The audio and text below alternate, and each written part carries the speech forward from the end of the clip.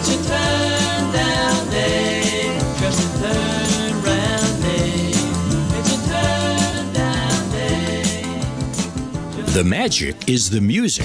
Magic 92.5 WGHQ. It's amazing and disappointing that there are still people everywhere in our country who absolutely refuse to get any of the COVID vaccines, whether it's because they don't know what's in it or because they don't want chemicals in their body. If you're one of those people, think about this. When you get sick from COVID and you get admitted to the hospital, the first thing the doctors will administer are antivirals, steroids, anticoagulants, and monoclonal antibodies. Do you know what's in those? If your breathing improves during stage 1, you'll be able to go home and continue living, but unvaccinated people rarely make it home at this point. Instead, from here, breathing becomes really hard, like you're drowning. Then you'll have a tight oxygen mask strapped to your head, delivering up to 40 liters of oxygen to your lungs to keep them inflated while your blood oxygen levels drop dramatically. If it gets worse, the doctors arrange a phone call with your family because it may be the last time they hear your voice, because you're going to be sedated with a tube down your throat so that a machine can manage your breathing. Most COVID patients who get to this point don't get to say goodbye to their family, and then the family is stuck with a $100,000 hospital bill. And while you're taking up space in the hospital, lots of other people who truly need help are suffering and dying. So what's worse, going through all that in the hospital and dragging your family through it as well? Or getting a free COVID shot, which takes 2 seconds. Keep yourself alive. Keep other people alive. Do it for your family and friends. Do it for you. Get a COVID shot today. Thank you. Magic 92.5 WGHQ. Great songs, magic memories. But you're a legend in your own time, a hero in the footlight. You make me feel so young. You make me feel there are songs to be sung. I'd really see you again, I go crazy. When I look in your eyes, I still go crazy. Never mind, no. Never mind, no. The magic is the music. Magic 92.5 WGHQ.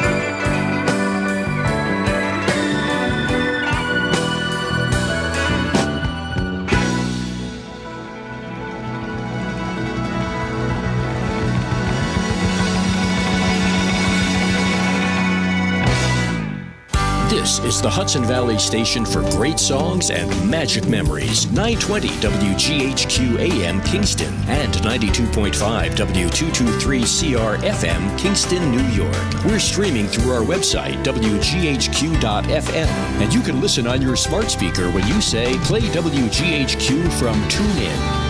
This is Magic 92.5 WGHQ with another hour of great songs and magic memories, starting right now.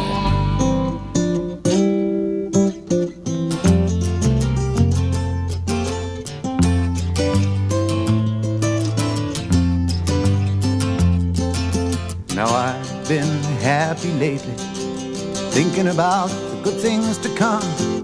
And I believe it could be something good has begun. Oh, I've been smiling lately, dreaming about the world as one. And I believe it could be someday it's going to come. 'Cause out on the edge of darkness, there rides a peace train. Oh, peace train, take this country, come take me home again. Now smiling lately, thinking about the good things to come. And I believe it could be something good has begun. Oh, peace train sounding louder, ride on the peace train. Ooh, ooh, ooh. Come on, the peace train. It's peace train, holy roller. Everyone jump on the peace train. Come on, the peace train. Get your bags together. Go bring your good friends too. 'Cause it's getting nearer. It soon will be with you. Come and join the living. It's not so far from you. And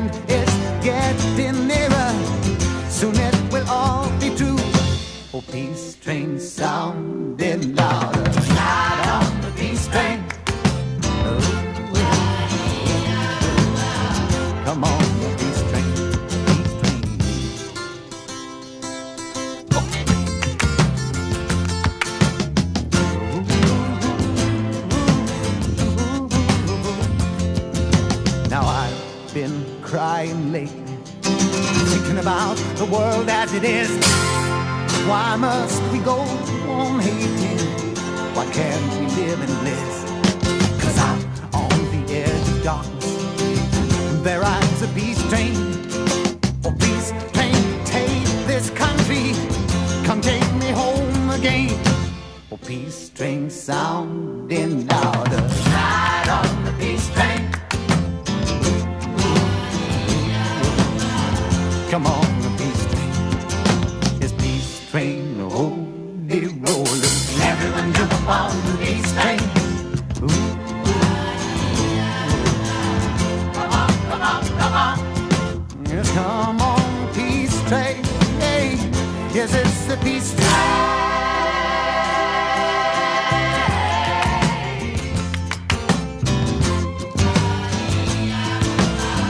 Come on, the peace train, oh, peace train.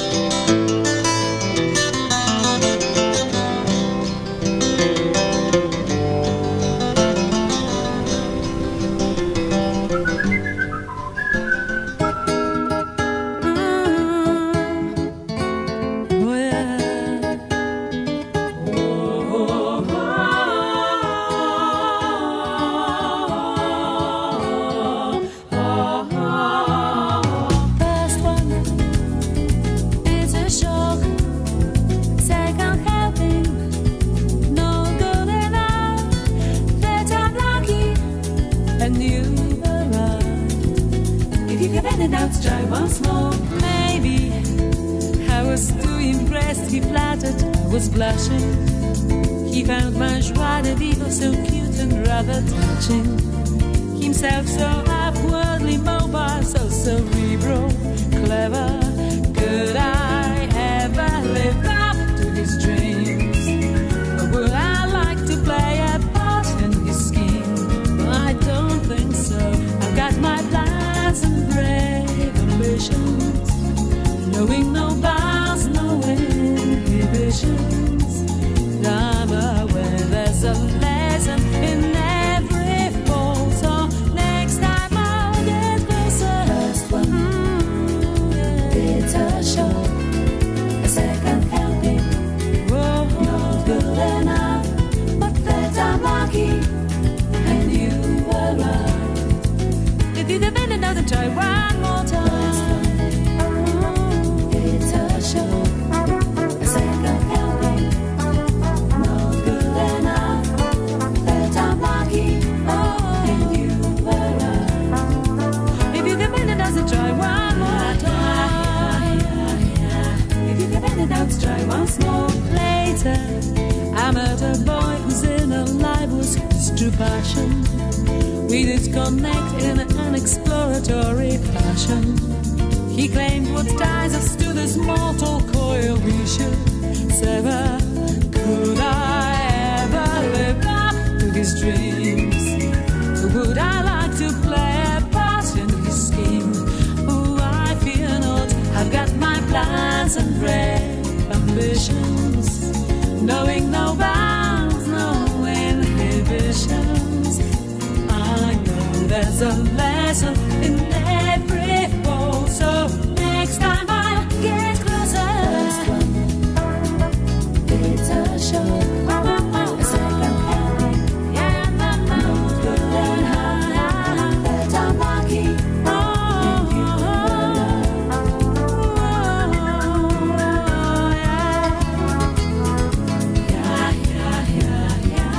If you can bend it out, try one more time.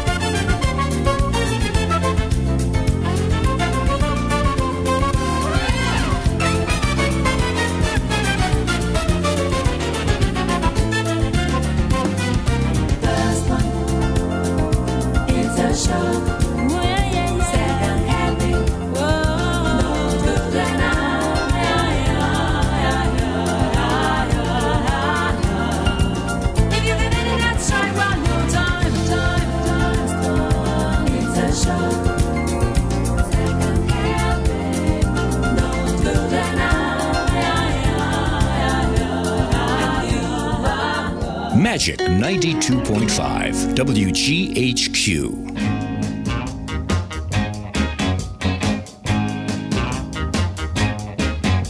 She comes on like a rose, but everybody knows she'll get you in touch. You can look, but you better not touch. Poison ivy, poison ivy. Late at night while you're sleeping, poison ivy comes a creeping around. She's pretty as a daisy, but look out, man, she's crazy.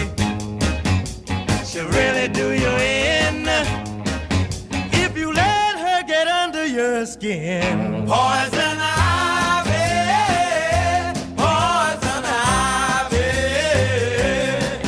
Late at night while you're sleeping, poison ivy comes a creeping around. Measles make you bumpy, and mumps will make you lumpy, and chicken pox will make you jump and twitch.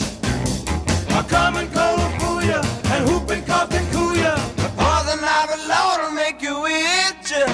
You're gonna need an ocean of calamine lotion. You'll be scratching like a hound the minute you start to mess around. Poison ivy, poison ivy. Late at night while you're sleeping, poison ivy comes a creeping around. Measles make you bumpy, and mumps will make you lumpy, and chicken pox will make you jump and twitch. A common cold will fool you, and whooping cough can cool you. The poison ivy, Lord, will make you itch. You're gonna need an ocean of calamine lotion. You'll be scratching like a hound the minute you start to mess around. Poison ivy, poison ivy. Late at night while you're sleeping, poison ivy comes a creeping around.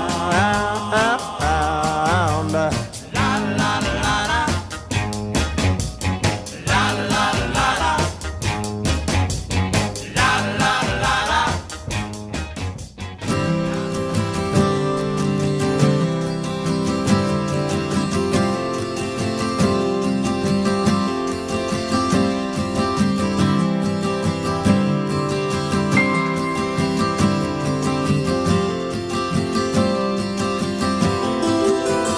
There's a place in the world for a gambler.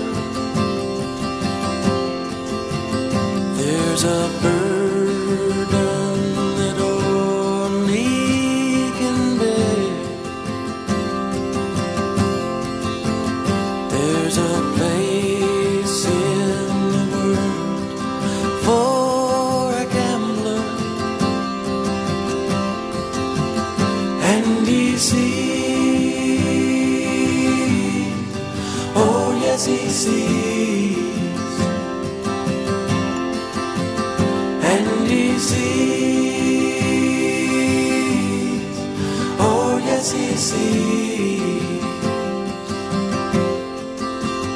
There's a song in the heart of a woman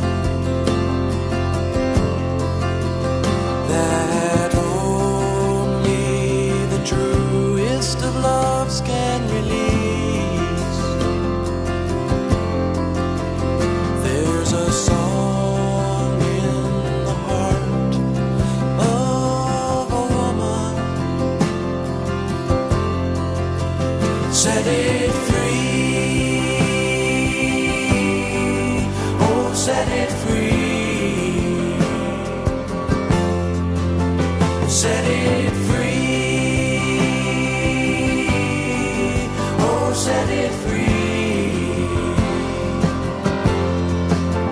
Set it free, oh set it free.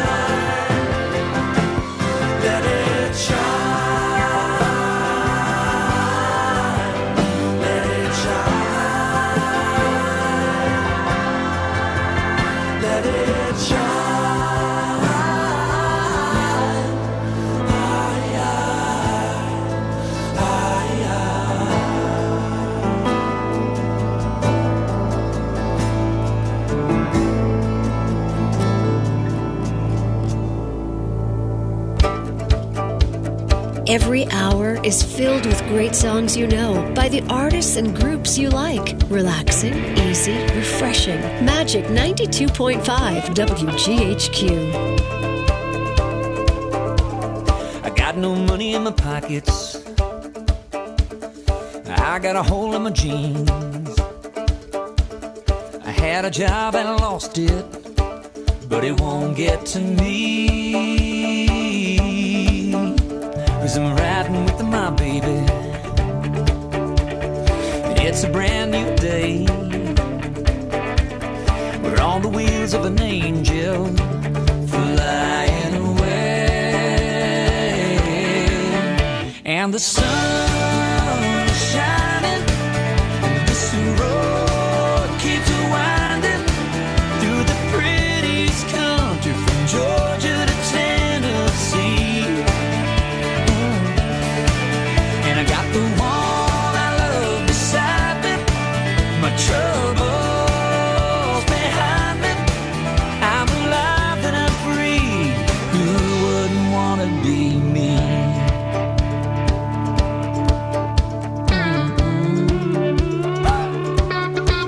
Now she's strumming on my six string. It's across her pretty knees. She's stomping out a rhythm and singing to me the sweetest song. The sun is shining and this road keeps winding through the prettiest country from Georgia to Tennessee. And I got the one I love beside me, my troubles behind me. I'm alive and I'm free. Who wouldn't want to be me?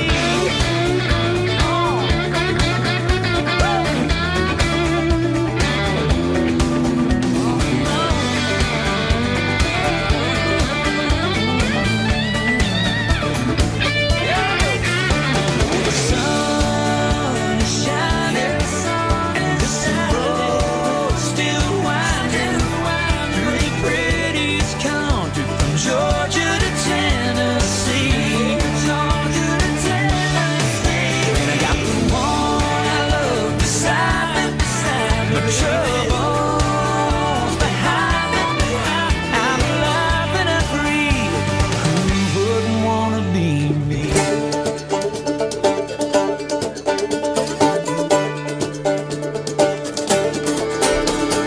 I got no money in my pockets. Yeah. And I got a hole in my jeans.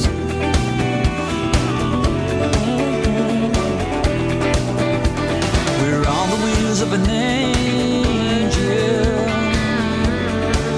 And I'm free. She's strumming on my six string.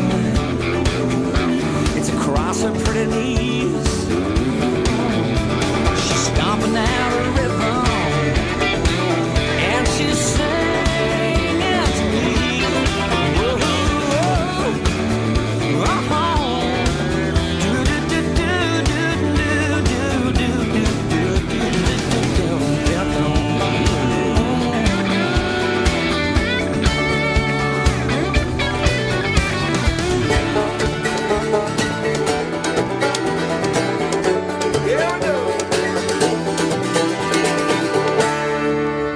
Her hair is soft and her eyes are oh so blue.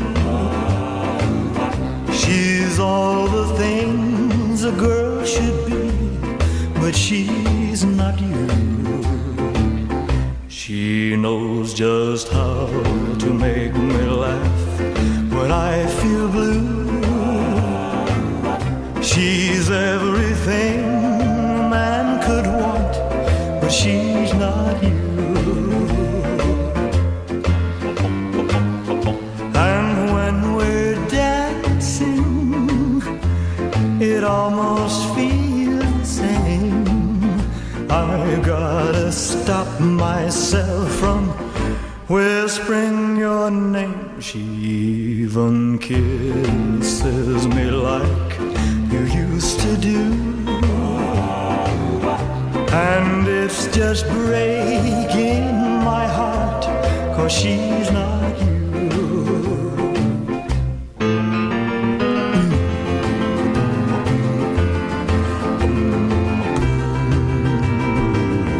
And it's just breaking my heart, 'cause she's not you.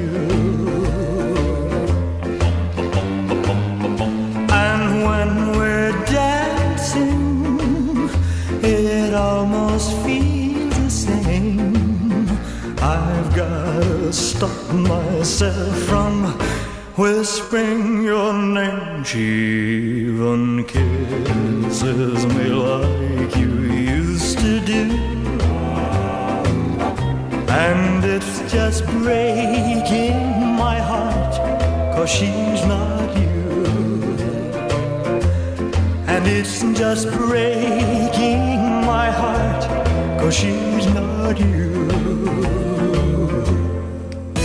Magic 92.5 WGHQ. Great songs, magic memories. Central Hudson's mobile app has a new look. It's the place to view and pay bills with ease. Check your electric and gas usage to better manage your energy consumption to save money. And report an outage, anytime, anywhere. Use the app to easily submit your meter reading to avoid estimated bills. Download it today from the App Store or Google Play.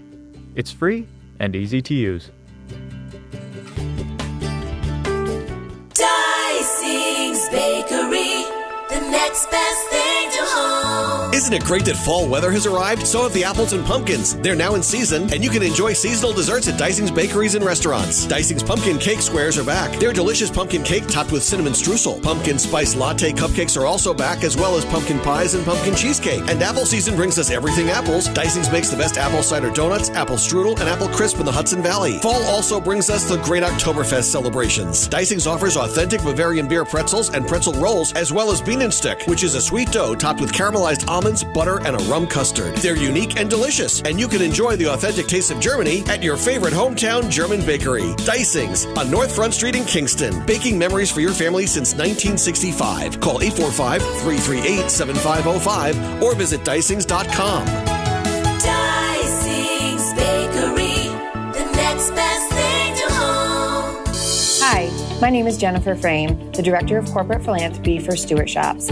I give to United Way because they help so many people. Families facing eviction, kids who are struggling in school, people with disabilities, survivors of domestic violence, and more. If you want to help as many people as you can in our community, give through payroll deduction or donate online at ulsterunitedway.org or text Ulster United to 50155. Keep it local and support United Way. Sponsored by Stewart Shops. As a truck driver, I've learned how important road safety is. I know that large trucks need more time and room to stop. That's why I always hang back and follow other vehicles at a safe distance. Everyone can help keep our roads safe. Next time you're driving, try to remember to always give trucks extra space when you merge in front of them. Let's all plan to share the road safely. Learn how at www.sharetheroadsafely.gov.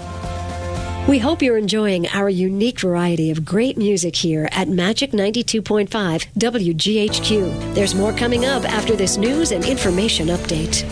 The battle for a government funding bill. I'm Steve Greenfield in the Magic 92.5 WGHQ newsroom. Republicans are coming out with their own government funding bill. Senator Mitch McConnell of Kentucky and Alabama's Richard Shelby introduced a measure which does not include a suspension of the debt ceiling. Unlike the bill that passed in the House, the lawmakers insisted the legislation is something both parties can get behind.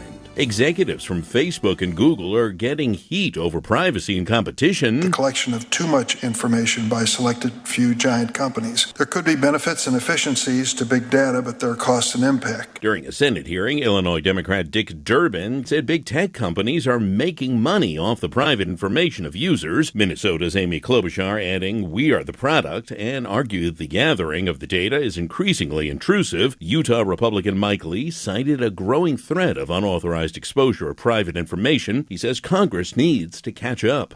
Search crews in Florida plan to return to the Carlton Reserve in Northport this morning to continue looking for Brian Laundrie, the fiancé and a person of interest in the investigation into the death of Gabrielle Petito. A Northport police spokesperson says officers, deputies, and FBI agents found no sign of him on Tuesday as they explored a mostly swampy area on the Venice side of the reserve. A not guilty plea is being entered on behalf of a Carroll man accused in a Greene County stabbing. Despite an objection from his attorney, Jeffrey Field was arraigned from his hospital bed in Albany following the alleged stabbing in Catskill. His attorney says the case should be heard in Greene County, so Field remained silent during the proceedings in order to preserve a jurisdiction objection. Field is accused of murdering 28-year-old Adam White and assaulting 29-year-old Christopher Gear. Kingston's restoration project is underway on the City Hall bell tower. Mayor Steve Noble says it includes cleaning and masonry repointing on both the exterior and interior of the tower, along with minor repairs to the council chamber. It should all be completed by the 150th anniversary of City Hall in May. The news is sponsored by Positive Coaching Alliance. Questions about youth or high school sports? Positive Coaching Alliance can help. PCA, a national nonprofit organization, develops better athletes and better people through youth and high school sports. Info at positivecoach.org. I'm Steve Greenfield, and now you're up to date from the Magic 92.5 WGHQ Newsroom. Good morning, I'm Steve Williams. Here's the Magic 92.5 WGHQ AccuWeather forecast for Ulster and Dutchess counties. Clouds and a shower, breezy day, high 78. Cloudy, breezy, warm and humid. Shower in spots late tonight, low 67. And then periods of heavy rain, a thunderstorm, breezy day tomorrow. Look out for some flooding, the high tomorrow at 78. That's your Hudson Valley AccuWeather forecast. Now it's time for more great songs and magic memories right here on Magic 92.5 WGHQ.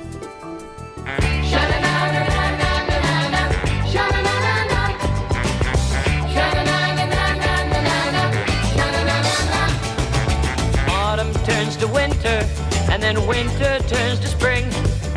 It's not just a season, you know it goes for everything. Clouds can turn to rain, and then it just might snow.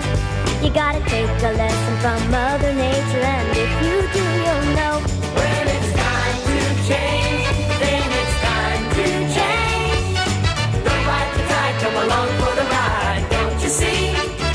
When it's time to change, what you're gonna be. Sha-na-na-na-na-na-na-na. Sha-na-na-na-na. Sha-na-na-na-na-na-na. Sha-na-na-na-na. Day by day it's hard to see the changes you've been through. A little bit of living, a little bit of growing, all adds up to you. Every boy's a man inside. A girl's a woman too. And if you wanna reach your destiny, here's what you've got to do. When it's time to change, then it's time to change. Don't fight the tide, come along for the ride, don't you see? When it's time to change, you've got to rearrange who you are into what you're gonna be. Sha-na-na-na-na-na-na-na. Sha-na-na-na-na. Sha-na-na-na-na-na-na-na. Sha-na-na-na-na. When it's time to change, you've got to rearrange who you are into what you're gonna be. Sha-na-na-na-na-na-na-na. Sha-na-na-na-na. Sha-na-na-na-na-na-na-na. Sha-na-na-na-na.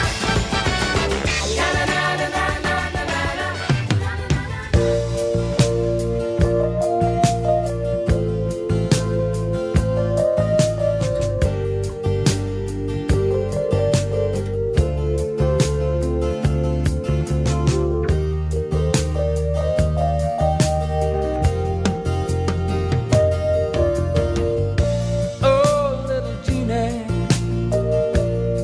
you got so much love. Little Jeannie, and you take it where it strikes and give it to the likes of me. Oh, little Jeannie, you got so much love. Little Jeannie,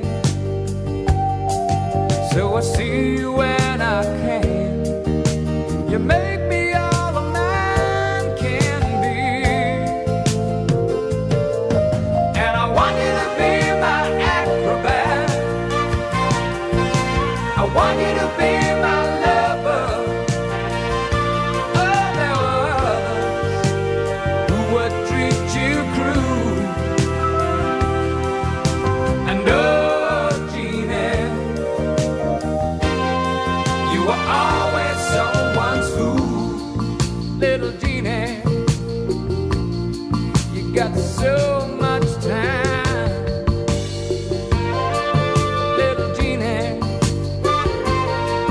though you've grown beyond your years, you still retain the feels of you.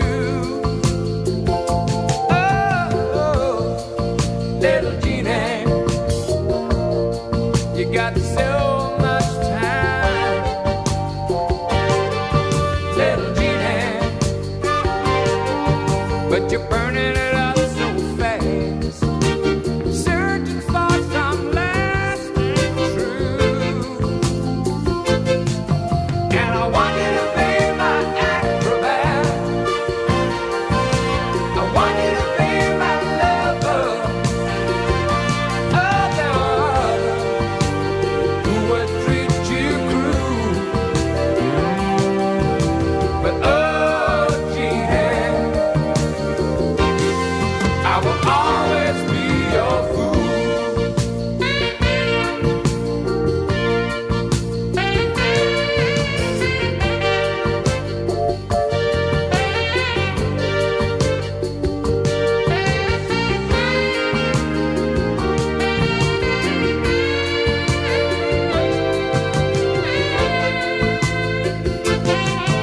And I want you to be my acrobat.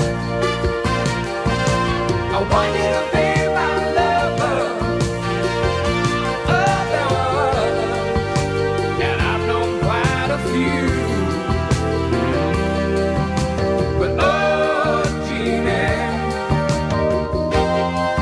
I'm still in love with you. Step into my life from a bad dream, making the life that I had seen suddenly shining new. Oh, Jeannie, I'm so in love with you. Step into my life from a bad dream, making the life that I had seen suddenly shining new. Oh, Jeannie,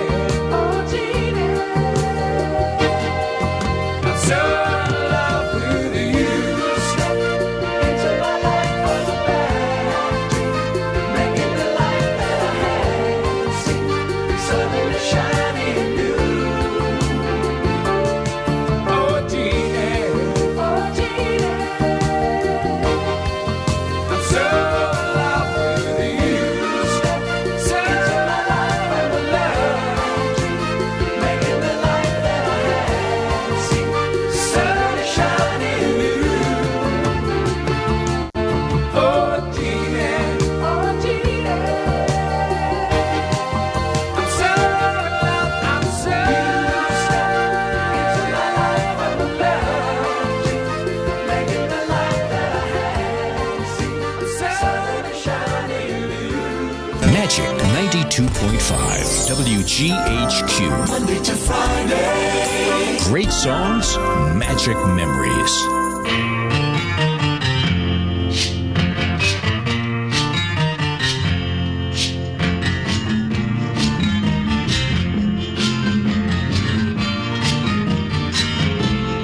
There's a new world somewhere they call the promised land, and I'll be there someday if you will hold my hand. I still need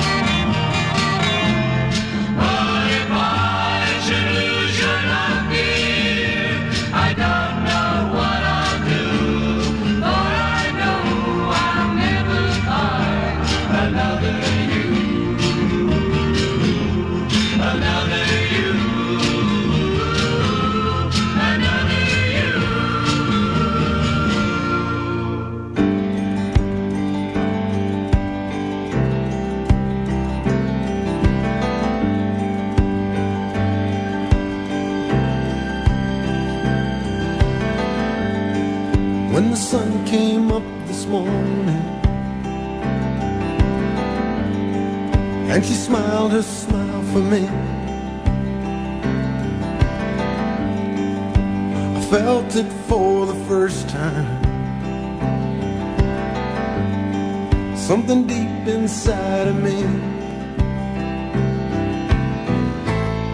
So you can take your midnight rambling, boys, and you can keep your winding roads. She's living inside my heart now, living inside.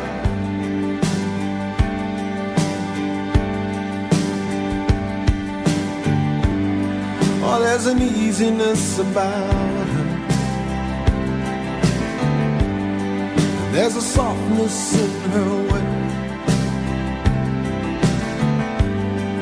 but she gets me through the hard times.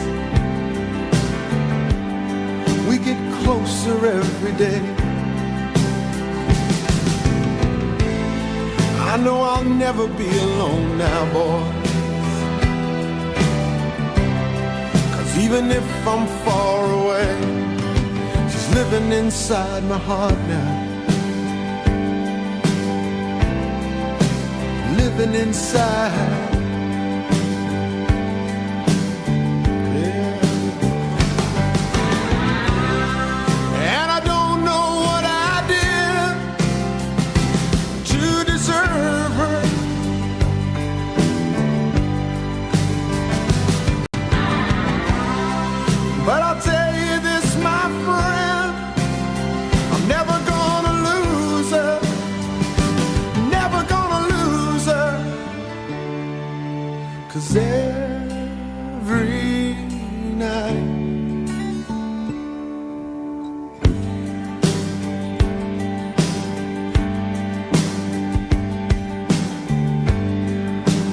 Living inside my heart, living inside my heart now. Living inside, living inside. Oh, living inside my heart, living inside my heart now. Yeah, living inside, living inside, inside my heart, inside my heart.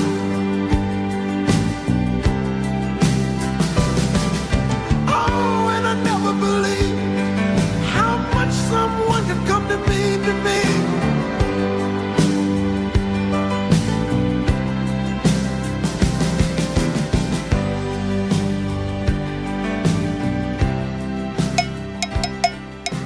The hits keep coming on Magic 92.5 WGHQ.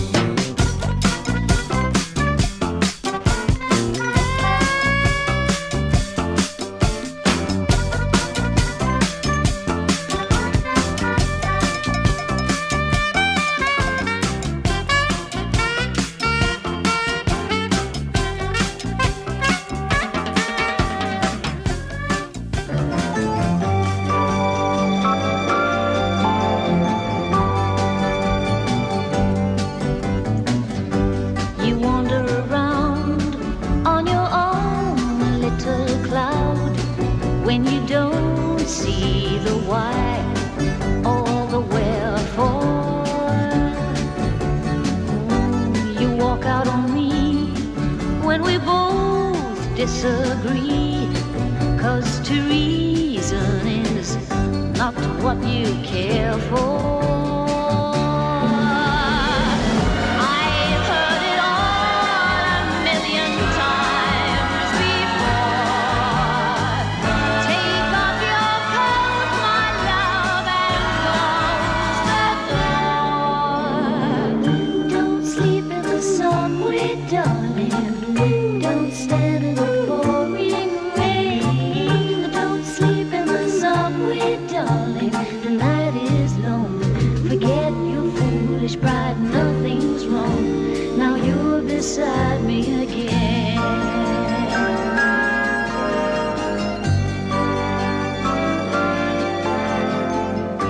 You try to be smart, then you take it to heart. 'Cause it hurts when your ego is deflated. Ooh, you don't realize that it's all compromise, and the problems are so overrated. Goodbye means nothing when it's all for show. So why pretend you've somewhere else to go? Don't sleep in the subway, darling. Don't stand in the pouring rain. Don't sleep in the subway, darling. The night is long. Forget your foolish pride. Nothing's wrong. Now you're beside me again. Don't sleep in the subway, darling. Don't stand in the pouring rain. Don't sleep in the subway, darling. The night is long. Forget your foolish pride. Nothing's wrong. Now you're beside me again. Don't sleep in the subway, darling. Don't stand in the pouring rain. Hi, neighbors. I'm Randy Turner, Program Director for Magic 92.5 WGHQ. There's a crisis happening in our country, and right here in the Hudson Valley, and it's probably more serious than the COVID virus. You see, even before COVID came into our lives last year, the number of people donating blood on a regular basis had dropped considerably. For the last 3 to 4 years, I've been frequently contacted by the New York Blood Center and the Red Cross to get the word out that they need people to donate blood because they only have a 2 or sometimes even only a 1-day supply of the most common blood types. And sometimes they don't even have the rare blood types that aren't compatible with the others. And yet, every minute of every day, someone is in a medical facility, depending on the kindness and generosity of others, to save their life. Please don't let other people suffer when it's so easy to do something about it. 75% of the people listening right now to Magic 92.5 are eligible to donate, and last year the restrictions were reduced. So if you couldn't donate in the past, check the list. You may qualify today. Contact the Red Cross or the New York Blood Center and make an appointment at one of their donation centers or at one of their pop-up donation sites. Please commit to donating blood as often as you can. It's a great way to give back to your community. It's really important. It will make a difference. And above all else, only you can do it. Thanks for helping out. From Magic 92.5 WGHQ. Join Quail Hollow Events October 2nd and 3rd for their second annual Handcrafted Oktoberfest at Rhinebeck's Dutchess County Fairgrounds. Honoring harvest time and centered around the concept of handmade, this event offers one-of-a-kind goods by the nation's finest artists and craftspeople. Beer, wine, and spirits, seasonal foods, live entertainment, a petting zoo, horse-drawn carriage rides, and more, all for one low price. Bring the whole family and enjoy a beautiful fall day in Rhinebeck. For details, visit quailhollow.com. That's quailhollow.com. Wake up, New York. You smell that? Crispy, salty, a little sweet. Got that aroma that makes you want to do a little shimmy. Smells like money in the bank. Wake up and smell the wind with bacon. The new scratch-off game from the New York Lottery. It's your chance to win up to $1 million. You must be 18 years or older to purchase a lottery ticket. Please play responsibly. You love someone with autism with all your heart, and you want nothing more than to unlock that person's potential. to help your loved one live a fulfilling, productive life, to give that wonderful person every opportunity to shine. And here at Anderson Center for Autism, so do we. Our educational, vocational, residential, and recreational programs draw students and residents with autism from all over the country. Their families know how dedicated we are to transforming lives. They know that our team is both highly trained and deeply compassionate. They know that our commitment to delivering individualized, evidence-based therapies in a warm, nurturing environment makes all the difference. Are you ready to transform life for your loved one with autism? Reach out today. Learn more at AndersonCenterForAutism.org. That's AndersonCenterForAutism.org.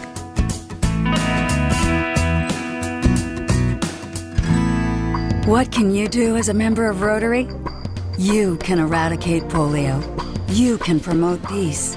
You can feed the hungry. You can help children do better in school. Whether it's helping to eliminate a dreaded disease, volunteering at a food bank, or equipping a school library, Rotary is people who know that by working together, you can do anything. Learn more at Rotary.org. Rotary. Humanity in motion. Magic 92.5 WGHQ. Great songs, magic memories. We're an all-time high. We'll change all that's gone before. Love you inside and out. Backwards and forwards with my heart and you ask me to. Just might change my mind. Welcome back, welcome back, welcome back. The magic is the music. Magic 92.5 WGHQ.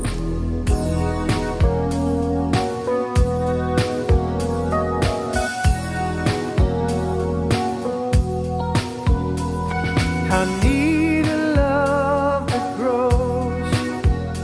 I don't want it unless I know that each passing hour, someone somehow will be there, ready to share. I need a love that's strong. I'm so tired of being alone. But will my lonely heart play the part of the fool again? Before I begin, foolish heart, hear me calling. Stop before you start falling. Foolish heart, heed my warning. You've been wrong.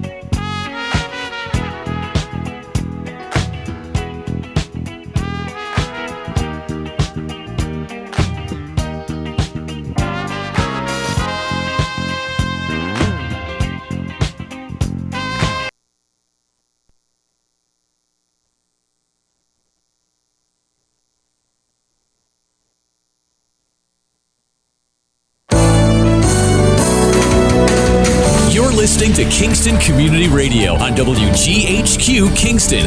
On your radio at 920 AM and 92.5 FM, and also online at mykcr.org. Hi, I'm Kelsey Grammer. Wounded Warrior Project supports injured veterans by connecting them with fellow warriors, by serving them through mental health and wellness programs, and by empowering them to live on their own terms. No one should face a battle alone. Join us at woundedwarriorproject.org. To battle is to fight, to struggle, to overcome, and ultimately for the Marine Corps, it means to win. There is no alternative. It's not just a statement of intent. It's a promise to our nation. A promise kept for more than 2 centuries. A promise of the Marines. Long ago, you wouldn't think of galloping on a horse while doing calligraphy, and you wouldn't have attempted to ride your bike while typing a letter. Yet you think you can safely operate a multi-ton vehicle while texting? Behind the wheel is no place to multitask. If you want to BRB, drive now and text later. Lives depend on it. Visit StopTextStopWrecks.org, a message brought to you by the National Highway Traffic Safety Administration, Project Yellow Light, Noise, and the Ad Council. Hi, this is Jared Mans from the Spring Lake Fire Department, and I support Kingston Community Radio, and so should you.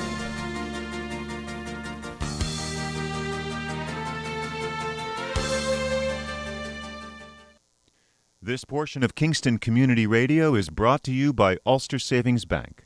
Visit their newest branch, conveniently located at the Ulster Commons Plaza in Lake Katrine. Experience the difference that local community banking offers with the convenience of another great location, easy access, plenty of parking, and a 24-hour ATM. Ulster Savings Bank, invested in community, invested in you. Member FDIC. Thank you, Lawrence, and good morning. Good morning, listeners. 331-9255. You are listening and viewing the Kingston Community Radio Wednesday morning talk radio show. We're broadcasting live from our studios right here at 16 Lucas Avenue in Kingston, New York. And across from me here in the studio is the mayor of the Village of Saugerties, Bill Murphy. Good morning, sir. Good morning. And we are expecting Supervisor Fred Costello. 331-9255, again, is our call-in number. We would love to hear from you on this Wednesday morning. What's new and exciting in the village? New and exciting in the village? That's a good question. Actually, kind of, well, you know, we've had a lot of the buzz lately the last couple of weeks. The filming, right? Filming going on. Yep. This past Monday, they're on Elm Street.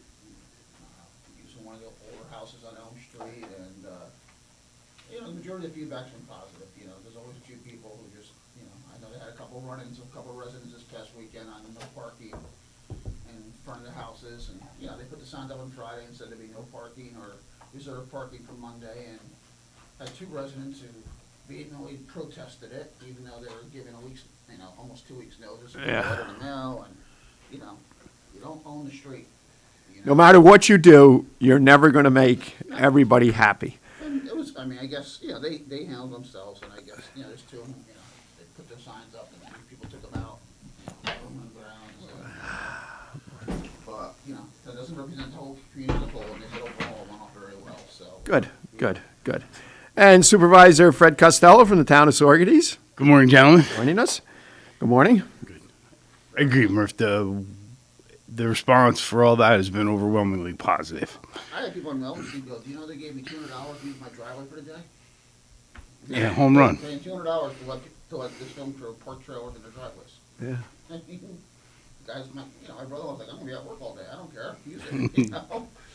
But, you know, some people, and I get it. I mean, some people just aren't into it, but you know, they've been great about communicating to people. You know, going door to door week prior to shoots and giving the information out when they're gonna be there, and they clean up. There's no mess. I mean, it's the same as high school. You know, what they did at high school. I thought that was great. Yeah. Again, it's positive. You know, you're talking, you know, for a period of time now, almost 8 for a total, probably up to 8 months. You're gonna have 300 people, part of the crew and everything like that are here, and living, staying, Mhm. renting, and shopping in our stores. I know. I remember Sharon told me that they're in their Smith Tower every day buying stuff, for six and Yeah, they've had amazing impact. and they're there. A lot of times, because they move around. Yep. They've been to the village a couple of times. I know they're out in different parts of the community, Mhm. they're out in Hudson as well as Catskill, and it's kind of cool, I think. Yeah, it is. It is. They do have a big film crew because I think 6-7 different times, including this past. What was it? Move over to here. This mic isn't working. This People past. say they can't hear you. Sorry. I think it was this past Monday again. They used the Mosier Drive. Yeah, because they started filming on Elm Monday, right? Right. Yeah, it was just Monday, one day. Yeah. Yeah, they used the old house down the end of the street. It's one of the houses that's funny. It's dilapidated, and it's a very older gentleman that lives there. And I know Bounties help him out and take care of him. I've had Habitat for Humanity come to me and say, "Hey, we'll do this house over." The guy's just set in his ways, and He likes it the way it is. he likes the way it is. And I think he's pretty much housebound. But the neighbors look out for him, and they picked that house out. They're like, "Hey, can we use it?" And I put him in touch with the little Bounty family and said, "Hey, are these the one you want to talk to?" And they're able to do it. And from all I can tell, it was a successful shoot. Yeah. I drove by a few times, and it seemed very unintrusive what was going on. Yeah, just folks. There's some folks that don't want to be inconvenienced at all. When we were fixing the gas mains, they were upset. Yeah, true. When we paved the road, they get upset because it takes 2 days, one day to prep it, one day to pave it, and I get it. They're the first one to call and complain when there's potholes in the road. Truth. So I try to keep perspective on that and take it with a grain of salt. That studio moving to Saugerties is really, it's going to be a transformative economic event with regarding jobs, with regarding demand for local services and taxes and all the revenue. And there's a level of excitement that we haven't experienced in years. I know a lot of people who've gotten parts as extras, even besides my daughter and her friend. I mean, there's a lot of local people who are being hired as extras. I mean, they're getting paid $400 or $500 a day to basically sit there. Yep. My daughter made almost $1,000 for 2 days of just sitting there. Yes. It's long days. It's 14 hours. You might be there 14 hours for 2 minutes of work, but you're on set and the kids are home from school over the summer. What a great They opportunity! work all summer. They're going to make $5,000-7,000 maybe, and then in 2 days they're making $1,000. Good for them. I know. There's no other opportunity like that. That's just and I think it's going to be a moment of pride when this show premieres and we get to see it. Oh my God, I'm excited! They're going to celebrate it at the Orpheum, and it's going to be a community event, and it's going to be great. I'm still asking for a mayor cameo, but they haven't taken me up on it. I didn't get called yet either. I know. We do have faces for radio, though. I do. I agree. I agree. But we might be waiting for a while if we're looking for that call. But I thought, hey, hair and makeup could do a lot, Fred. Hair and makeup could do a lot. Get the right angle. So yeah, it's I think it's really exciting. And there's going to be. And the thing is, you only hear the negative feedback. People aren't going to call my office and say, "Hey, that was great. They were here." True. They're not. Yeah. They might tell you in passing when you see them, but you're not going to get calls of compliments. You only get calls and complaints. That's true. So that's just the nature of the beast. Nobody picks up a phone and calls the mayor's office to tell you, "I'm happy with everything." Yeah, it's a really nice occasionally. I have to say, occasionally, Does it happen? Wow. I have to say, matter of fact, I was an Elm Street resident, and it was one of my coolest days as mayor. Probably about a month ago, in my office, and my girls come back and they said, "Oh, Al Hoff's here to see you." And I said, "Oh, okay." And Al comes in and he goes, "Murph," he goes, "I just want to tell you, I've known you since you were a kid, and and I just think you and your staff and everybody in the village do a great job, and I'm proud to say, I've known you since you were a baby," and it was just a really cool conversation to have. But then we started talking about things, and he goes, "Well, that film crew," he goes, "I went to get my hair cut today at Union Chief? No, the one that used to be next to Tony, Miss Kelly's, Yep. And I couldn't get a parking spot because they had them blocked off for the film crew." He goes, "That cost Miss Kelly $25 today, and probably other people." And I said, "Well, Al," I said, "in all fairness, I mean, I know you have trouble walking, so you need to park right in front, but most people could park at Stewart's down the street and walk down. He's like, yeah, I didn't think about that. And I told him the economic impact it have. He's like, yeah, of course, that makes sense too. I said, I'll tell you what, Al, come back tomorrow. You can park in the handicap spot in front of my office, and I'll have one of my girls walk you down because he needs a little bit of help to get a haircut. He goes, really? I said, yeah. He goes, I'm in. He came back the next day. The girls walked him down. He got a haircut. He was happy. But it was just one of those cool experiences to have with, to me, someone who's been a part of the community forever. Al's probably he's been here forever, and our families grew up together. And not that he was complimenting, it was just a cool conversation to have with somebody who's been around a long time. Yeah. Back in the day, in my early days, Al would also be someone to come in when he had an issue and let me know, Yes. Yeah, we have a couple of those. Yeah, so, yeah. It's just one of those cool moments I had as mayor, and, he said, my water supervisor stinks, but, Well, of course, he still wants to ground them. And, the son, Exactly. So for those who don't know, his son's my water supervisor, but it was, it was fun. And so those days make up for a lot of the BS days, I guess I'll start. Greg gave us a bunch of announcements. I have for immediate release, Kingston Tiger Band returns to competition. And they'll be going to Schenectady, New York. The Kingston Tigers marching band scored 73,550 on Moccasin High School on Saturday in its first competition since finishing second in the 2019 State Field Championships. Wow. I wonder how the scoring works for that. 73,000? Out of what, 100,000? Or what? Yeah, I'm curious how it goes. And what are they, points? It just said 73,550. So I don't know if that's points or if that's a cumulative score, but I'm curious. That's a lot of parameters to adjust for. I guess so. So this score placed them second among competitors at Moccasin, and the marching band will compete in 4 additional field band competitions across the state this fall, accumulating with the New York State Field Band Championship on October 31st in the Carrier Dome at Syracuse University.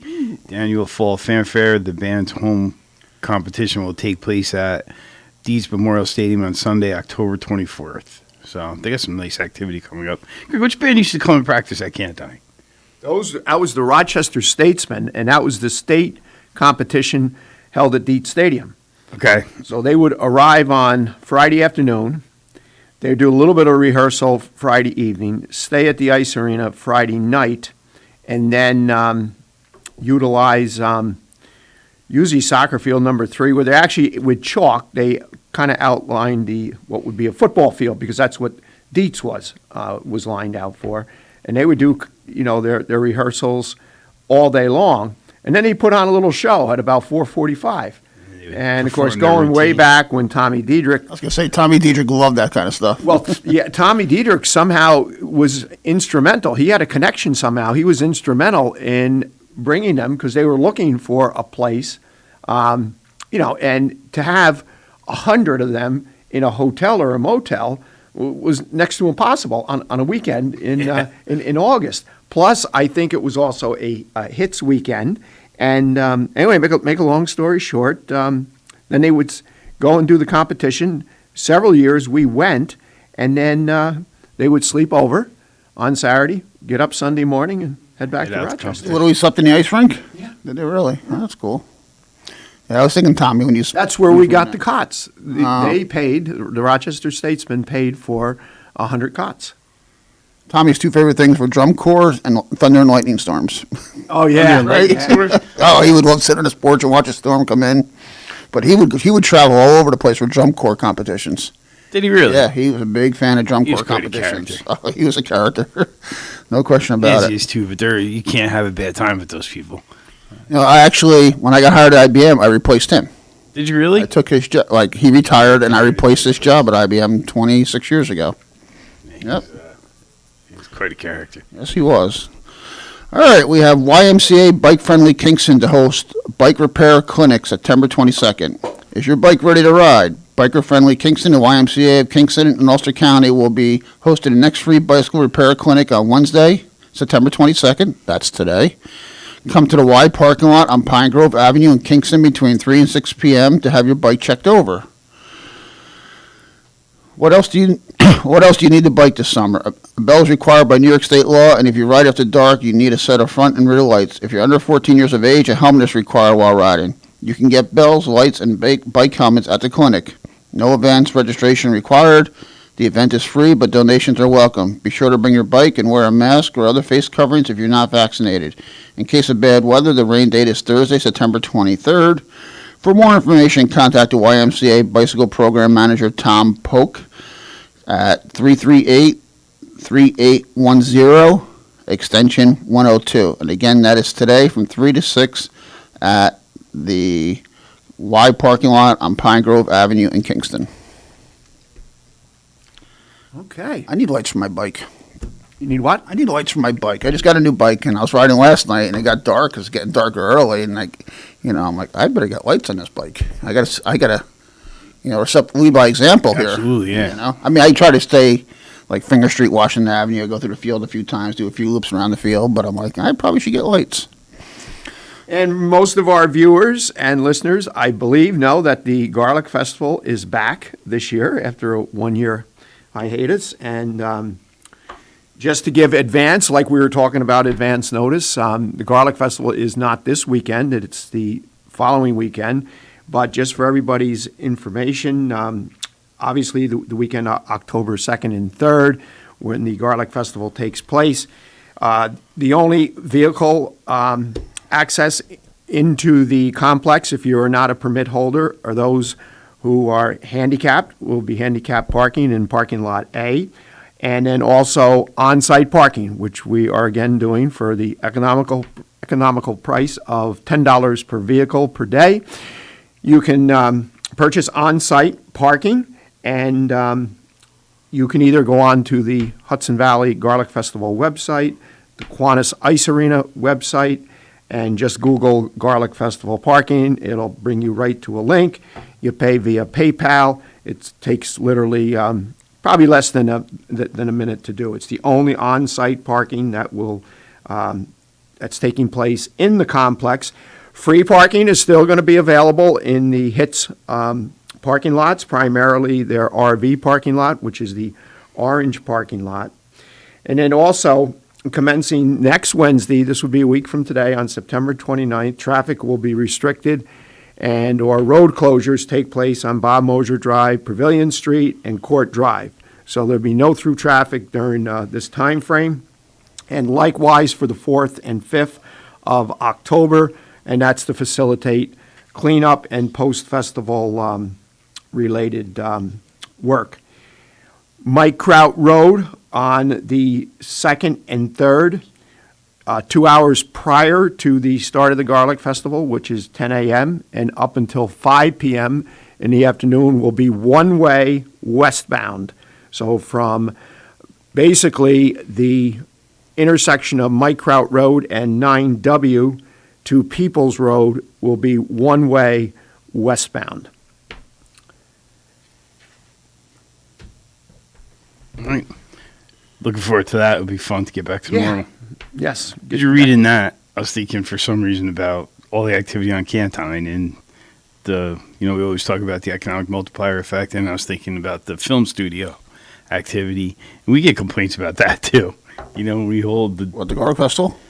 Yeah, because of the traffic and the inconvenience and, how it's running. And I'm like, holy cow. I'm like, Kiwanis is always looking for volunteers. If you have a lot of ideas, call them up. They'll be happy to have you. Oh, yeah. And I mean, I was with Greg the first year, working for Greg the first year. He held the Garlic Festival at Cantine. Mm-hmm. I remember it was one day thing, and I don't think any of us really knew I mean, Ricky Smith was running it, right? Ricky's one that brought it there originally. Ricky, Jack Wilsey. Yeah, and Ricky and I just, never anticipated it turned into what it turned into, which within a couple of years, it just exploded. Yeah. But I mean, I've watched the traffic pattern, and I know how much time Greg put into it, the state police, and the traffic pattern now is phenomenal compared to what it was the first couple of years. I mean, the first couple of years, it was a cluster, because no one knew what to expect. It moved from a farm to Cantine Field. It went from a few thousand people to, tens of thousands. And thank God I got out of there. I got stopped working for him just in time before it blew up. I think my last year there was the first year. It was a 2-day thing, and then where it started getting really big, and it was like, holy cow, this thing is, It's a cool event. I love garlic, but I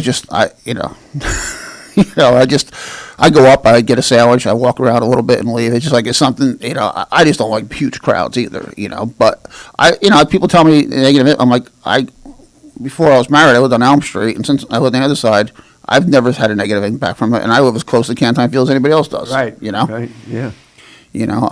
I'm out in the yard mowing the lawn. I can smell a little hint of garlic, makes me hungry, and it's phenomenal. It really is, and it brings a great level of people to Sorgady's too. It does. Yeah. It really does.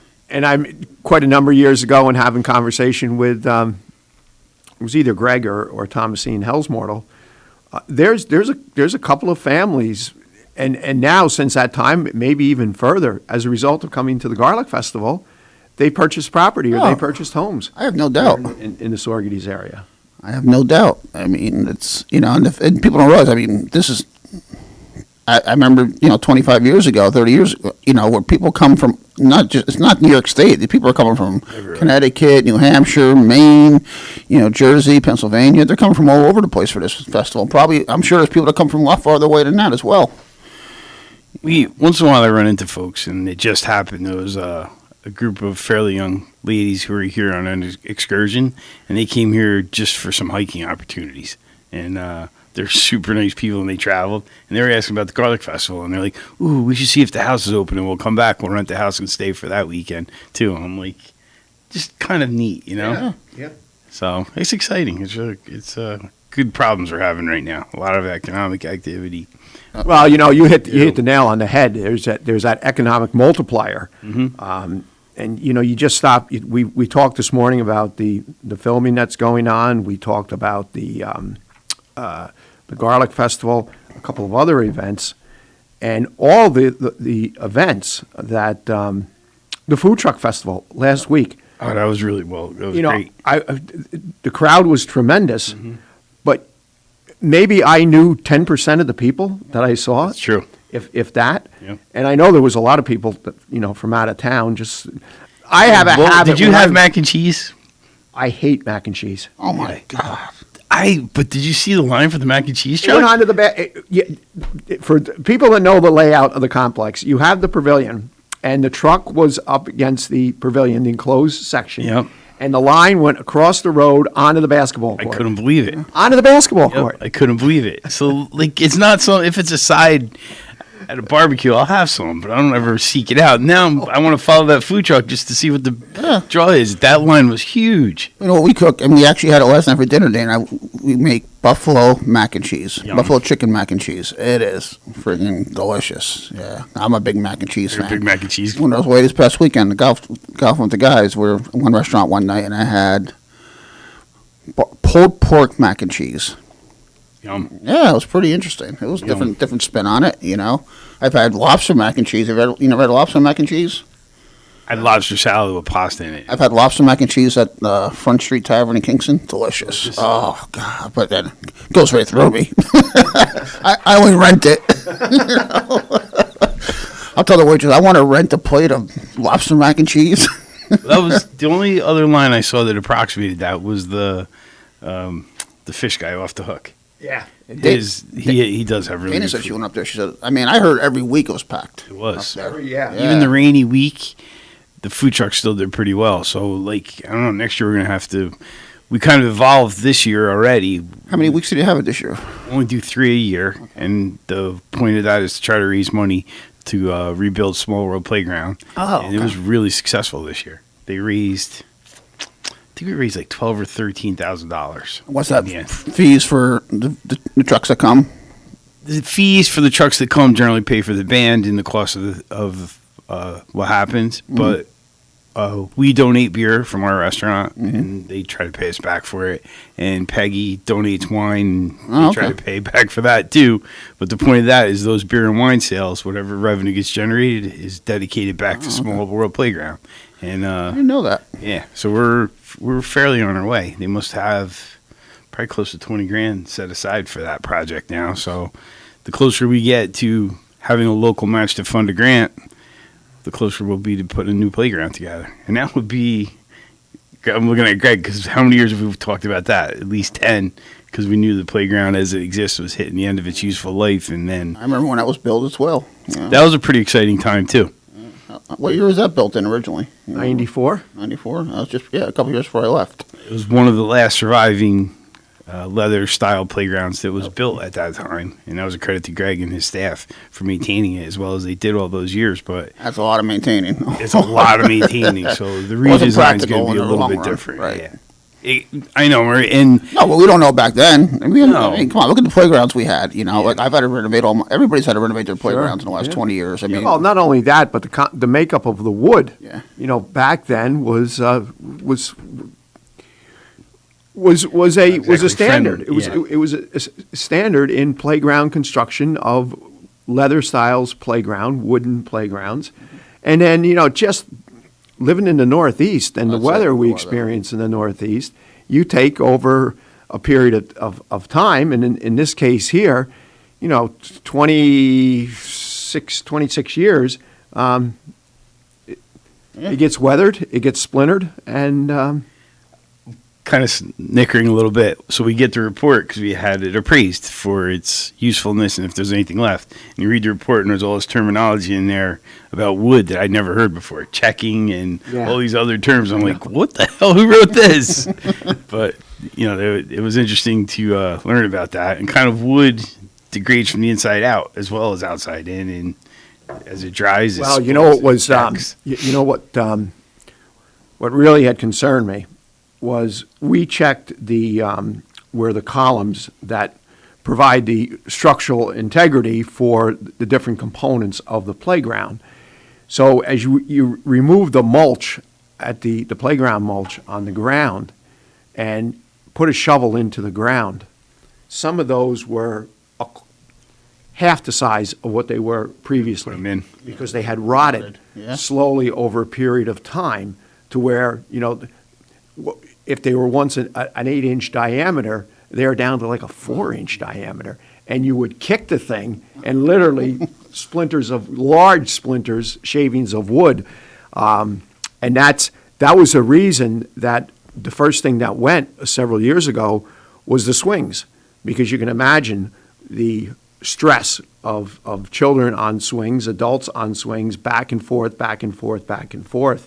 And those were in rough shape. And when we pulled those things out, it just basically reinforced that we needed to. Yeah. I could pull them out by hand, some of them. It didn't take a whole lot of effort, but there is still a small playground there. Greg's staff, Dan Kogel, led the team. We moved a newer style playground from Sophie Finn School. Right. After Ulster County, at the Ulster County Board. That's right. Yeah. So that is still there. Yeah. Yep. And that's I don't want to say it's a good size. It's a medium Something, size yeah. and serves a purpose. And of course, we did submit through the CFA for a grant to for a playground. Some improvements. And if we get that will be the start of that'll be the start. And we can take that money and then the money that's in the Recreation Trust Fund. And I don't know if I mentioned this previously on the air, but Sawyer Savings Bank had their 150th community celebration day back on the Sunday of Labor Day weekend. And during that event, presented us a check to put towards a Small World Playground for $2,500. Wow. And I thought that was an extremely nice gesture of Sawyer Savings Bank. They do so much in the community. They do so much at the complex, and to turn around and make a sizable donation of $2,500 was quite impressive. Yeah, it really was. They're a great group of people to work with. Yeah. Doug's done such a good job picking up on a long legacy that he inherited from Gabe and Tony Cemento and all that. Yeah, I mean those folks. It's a really good culture over there because they pick pretty special people, and they just, when they take on that leadership role at the bank, they get involved in Kiwanis and all these other organizations. And, Jim Whitaker, I think that might have been his first job working at Sawyer Bank as a teller. Really? And, and now how he worked his way up. and he's the VP, and boy, he gets it, and he's such a great example on how to be a community bank and help, during COVID, how many businesses did they write for, and they were just, they were terrific partners. So, pretty exciting. Yeah, there are partners on our Village Revolving Loan Fund, too, I believe. think they are. Yeah. So 150 years doesn't happen by mistake. That's pretty special. And you're right. All of them. You stop and think of the employees that are there, even today, how involved they are with the community. Mhm. I don't know if he still is, but I know Jim Whitaker was president of Kiwanis. Yep. Usually, it might be right after the Garlic Festival is when they change officers, and I don't know if it's a 1 year or 2 year term. And then, of course, Jen was on the foundation that was formed to rebuild the Small World Playground, and obviously, she still wants to be involved. She wants to see it move forward. So it's like you said, with going over 150 years, they certainly have to be doing something right. Absolutely. Yeah. So we got a nice lineup. We're getting near the bottom of the hour, and we got March Gallagher. I believe she'll be coming to the studio at 7:30, and then our New York State Assemblyman Kevin Cahill will be here from 8 to 9 a.m. And with that, we'll be back in a few. You're listening to Kingston Community Radio on WGHQ Kingston. On your radio at 920 AM and 92.5 FM, and also online at mykcr.org. Have you ever experienced a wish come true? For a child battling a critical illness, a wish come true can be a turning point. One song, one dance, one game, one adventure, one moment changes everything. Make-A-Wish needs your support to grant the wish of every eligible child. Visit wish.org now to help grant more life-changing wishes. Together, we can transform lives, one wish at a time.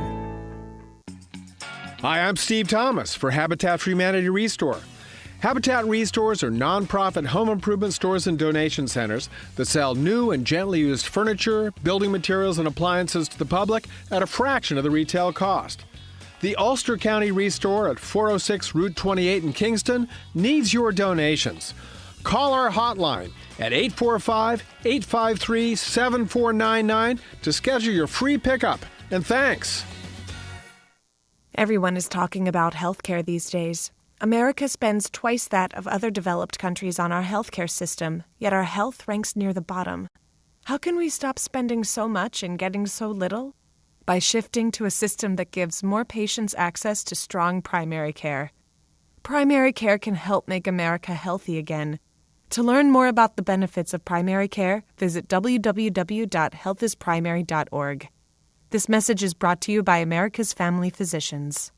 Screening exams for breast, lung, or colorectal cancers are necessary to detect and treat disease at its earliest, most curable stage. But you may have some concerns and questions. Answer your questions and ease your fears by visiting radiologyinfo.org. In addition to information on screening and wellness, you'll find more than 200 descriptions of radiologic exams, procedures, and treatments to help you prepare. Get informed and be prepared. Visit radiologyinfo.org, produced by the Radiological Society of North America and the American College of Radiology. Hi, this is Winnie from the Rosendale Seniors, and I support Kingston Community Radio, and so should you.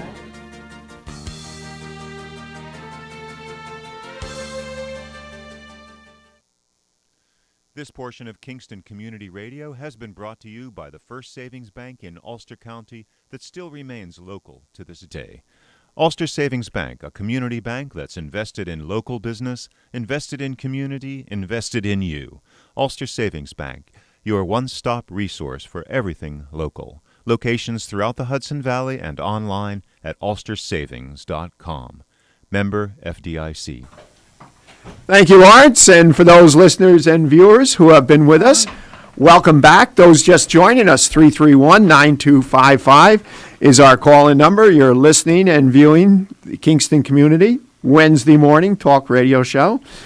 And in the studio here, March Gallagher, our county comptroller, just walked in. Good morning. Good morning, everybody. Somebody here doesn't like mac and cheese. Is that you, Greg? That's me. That is me. I take that as a challenge. Like, I'm a mac and cheese maker, so Yeah. now I'm like, maybe I'll have to bring some Greg at work. It's got to be some type of seafood mac and cheese to even get Greg to put a fork in. Oh, okay. He's a disciplined eater. You guys were making me wish I had been at the food truck festival. I was out of town, but it looked like it was amazing. awesome. Oh, it Yeah. was.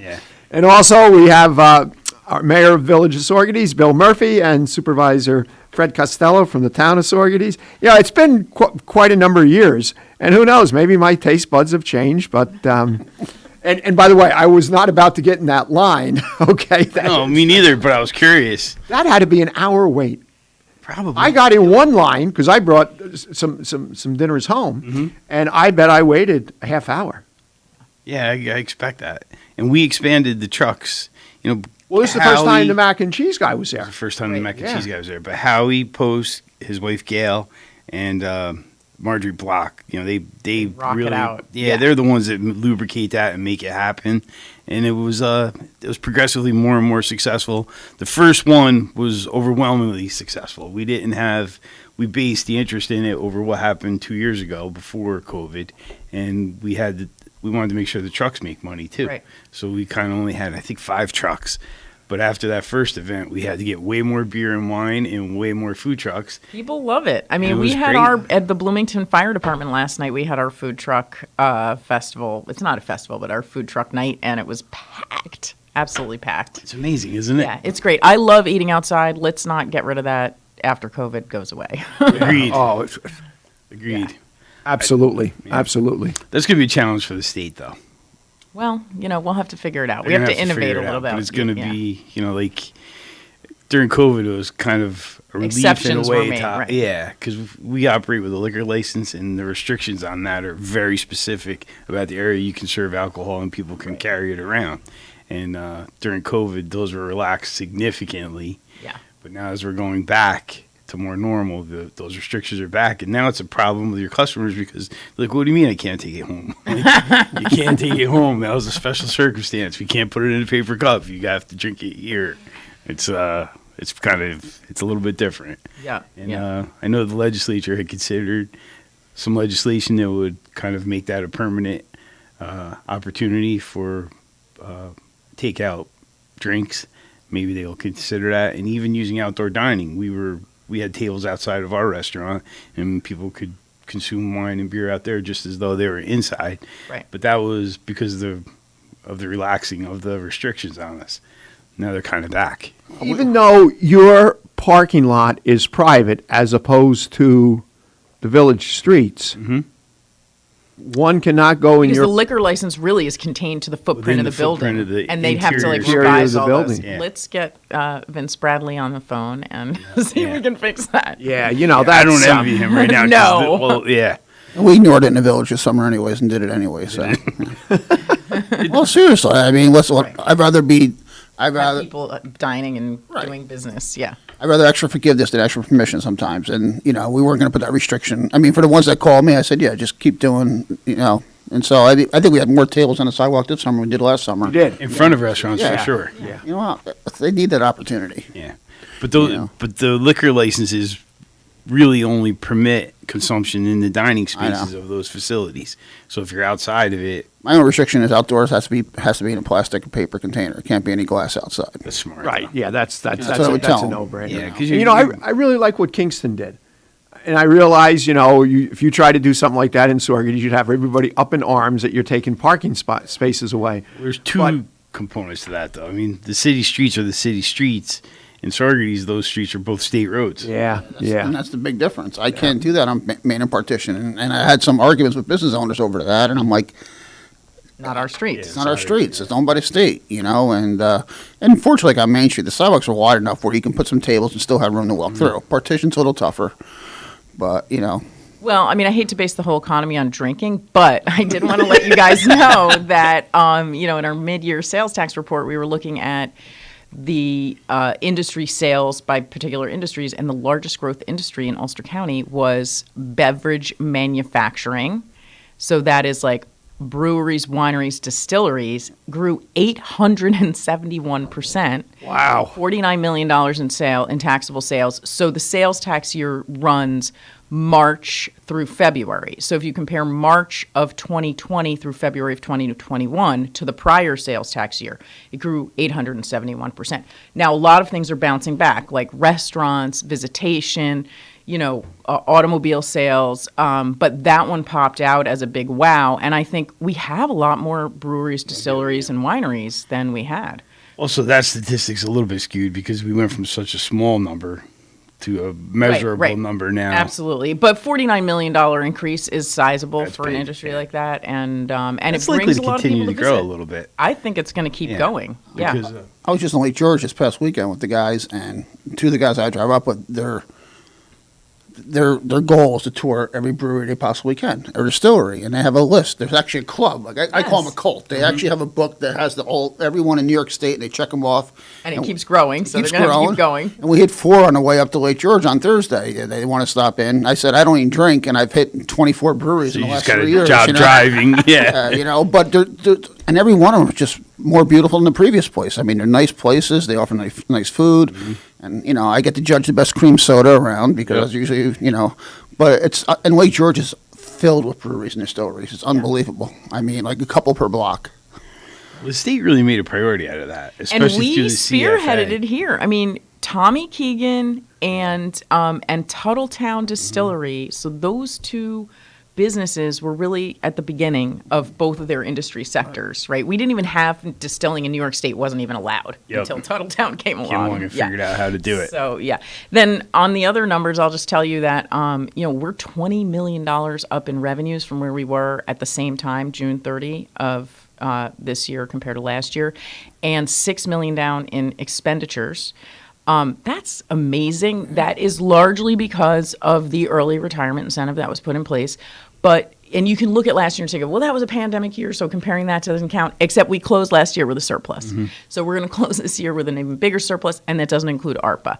So we really need to be thinking about, what is the most careful thing we can be doing with our money going forward? And what should we be investing in for, the 5, 10, 20, 50-year time frame? Yeah, it's a interesting thing to happen because 2 years ago that was not the paradigm of the moment. We were worried about trying to save money, and going into COVID, I think we were all wringing our hands pretty hard, worried about how are we going to sustain the services that we provide, especially the essential. In 2 or ones. 3 years from now, it may not look like this. So I we have to be very. Don't you think a lot of that increase in spend migrated from the city up towards us? Well, that's what my deputy controller, Alicia DeMarco, was saying. New York City sales tax has not done as well, and that's because people downstate are up here now, and they're spending their money up here, and they could go back to the city. It's just not as stable of a source of revenue as we thought that it was at one But I time. think it's overall it's going to be, and it's going to be a permanent increase because not everybody's going to go back. I think that's true. We have so many more work from home folks, and we're just doing well. But I also feel, because I wrestle this in my mind as well, and I feel that phenomenon about folks spending time up here was absolutely a fact. But there are businesses that have come here, either they migrated from the city or they were seeded prior to COVID and they're kind of just getting hold now, like the film industry. And we're going to have marijuana sales here relatively soon. I think there's a lot of reasons to feel optimistic that our economy is going to sustain these numbers, and the economic activity is going to justify sales tax in the range that we're experiencing now, and there's going to be the job opportunities that come along with it to kind of I think the housing market's a little bit bubbly, but I think there's economic activity kind of supports the increase in the housing market too. I agree with that. I mean, manufacturing is something I think that we should be looking more and investing in more and supporting more because it brings money in from out of the area. And we have a bunch of that in Saugerties, and we have it around Ulster County. I mean, I've been into a lot of the manufacturing facilities, so I've seen them, and other people don't even know the amazing things that we make. We make absolutely stunning things. I mean, Cirrus Technologies is a perfect example on Kings Highway. Yeah. It's, they are serving the semiconductor industry all over the world, and we don't even think about it. We don't even see They're it. visible somehow, but they're at the forefront of what they do. They are the premier manufacturers of that equipment. Yeah, and gas deposition It's amazing. manufactured right? Yep. equipment. Kevin Brady and I went up to Albany Nanotech and we were walking through the facility. This is many years ago. And you're looking through the glass windows and you can see these huge semiconductor machines. And he says, that's our equipment, that's our equipment, that's our equipment, because their equipment is supply chain fed into like Toshiba and all these other companies that make equipment that goes into making semiconductors. So yeah, I think manufacturing is something we need to focus on more. And I am excited to see some plan for Winston Farm. It's very interesting to hear people talking about it. Somebody said to me, "Well, it's the good old boys." I'm like, "Yeah, well, at least they're from here, at least they're local." And yeah, you know what? I mean, I know Johnny Mullen for many years, and he is a good old boy, and he's a good guy. Yeah. I mean, I'm like, all three of them are. I don't know the other two fellows as well, but like the way I met Johnny was that he was working on the Boys and Girls Club in the village, and he came to me and he was like, we're having a zoning board of appeals issue, and you do, some land use work. Would you help us figure out how we can get this counted as a non-conforming building? And it was really just from his generosity, you know what I mean? He was doing the work for free, and he asked me if I would come do the work for free, so we were working on it together. So I think we communities need to be thinking about, what is it we want to see out of these projects? What do we need to get? And what do we want to see? Is there infrastructure we need to have? Is there certain types of housing we need to see? Is there a certain affordability level? Is there certain manufacturing or industrial space that we feel like is necessary to make it worth doing? Because we've seen a lot of bad ideas for that property. And I'm going to answer your question. Yeah. Yes, Yes. to all those points. And then some. There's opportunities. It's unbelievable because Freddie and I, we've been on this since the beginning, and he's got all those areas covered for that property. I know. It's amazing. I mean, I think what they tell us, when they're all done, it's over $1 billion build out on that property. Yeah, it's I mean, years and years ago, Hudson Valley Economic Development Corporation did some work that Central Hudson paid for, kind of looking at what could you do on the property. I know they have that material.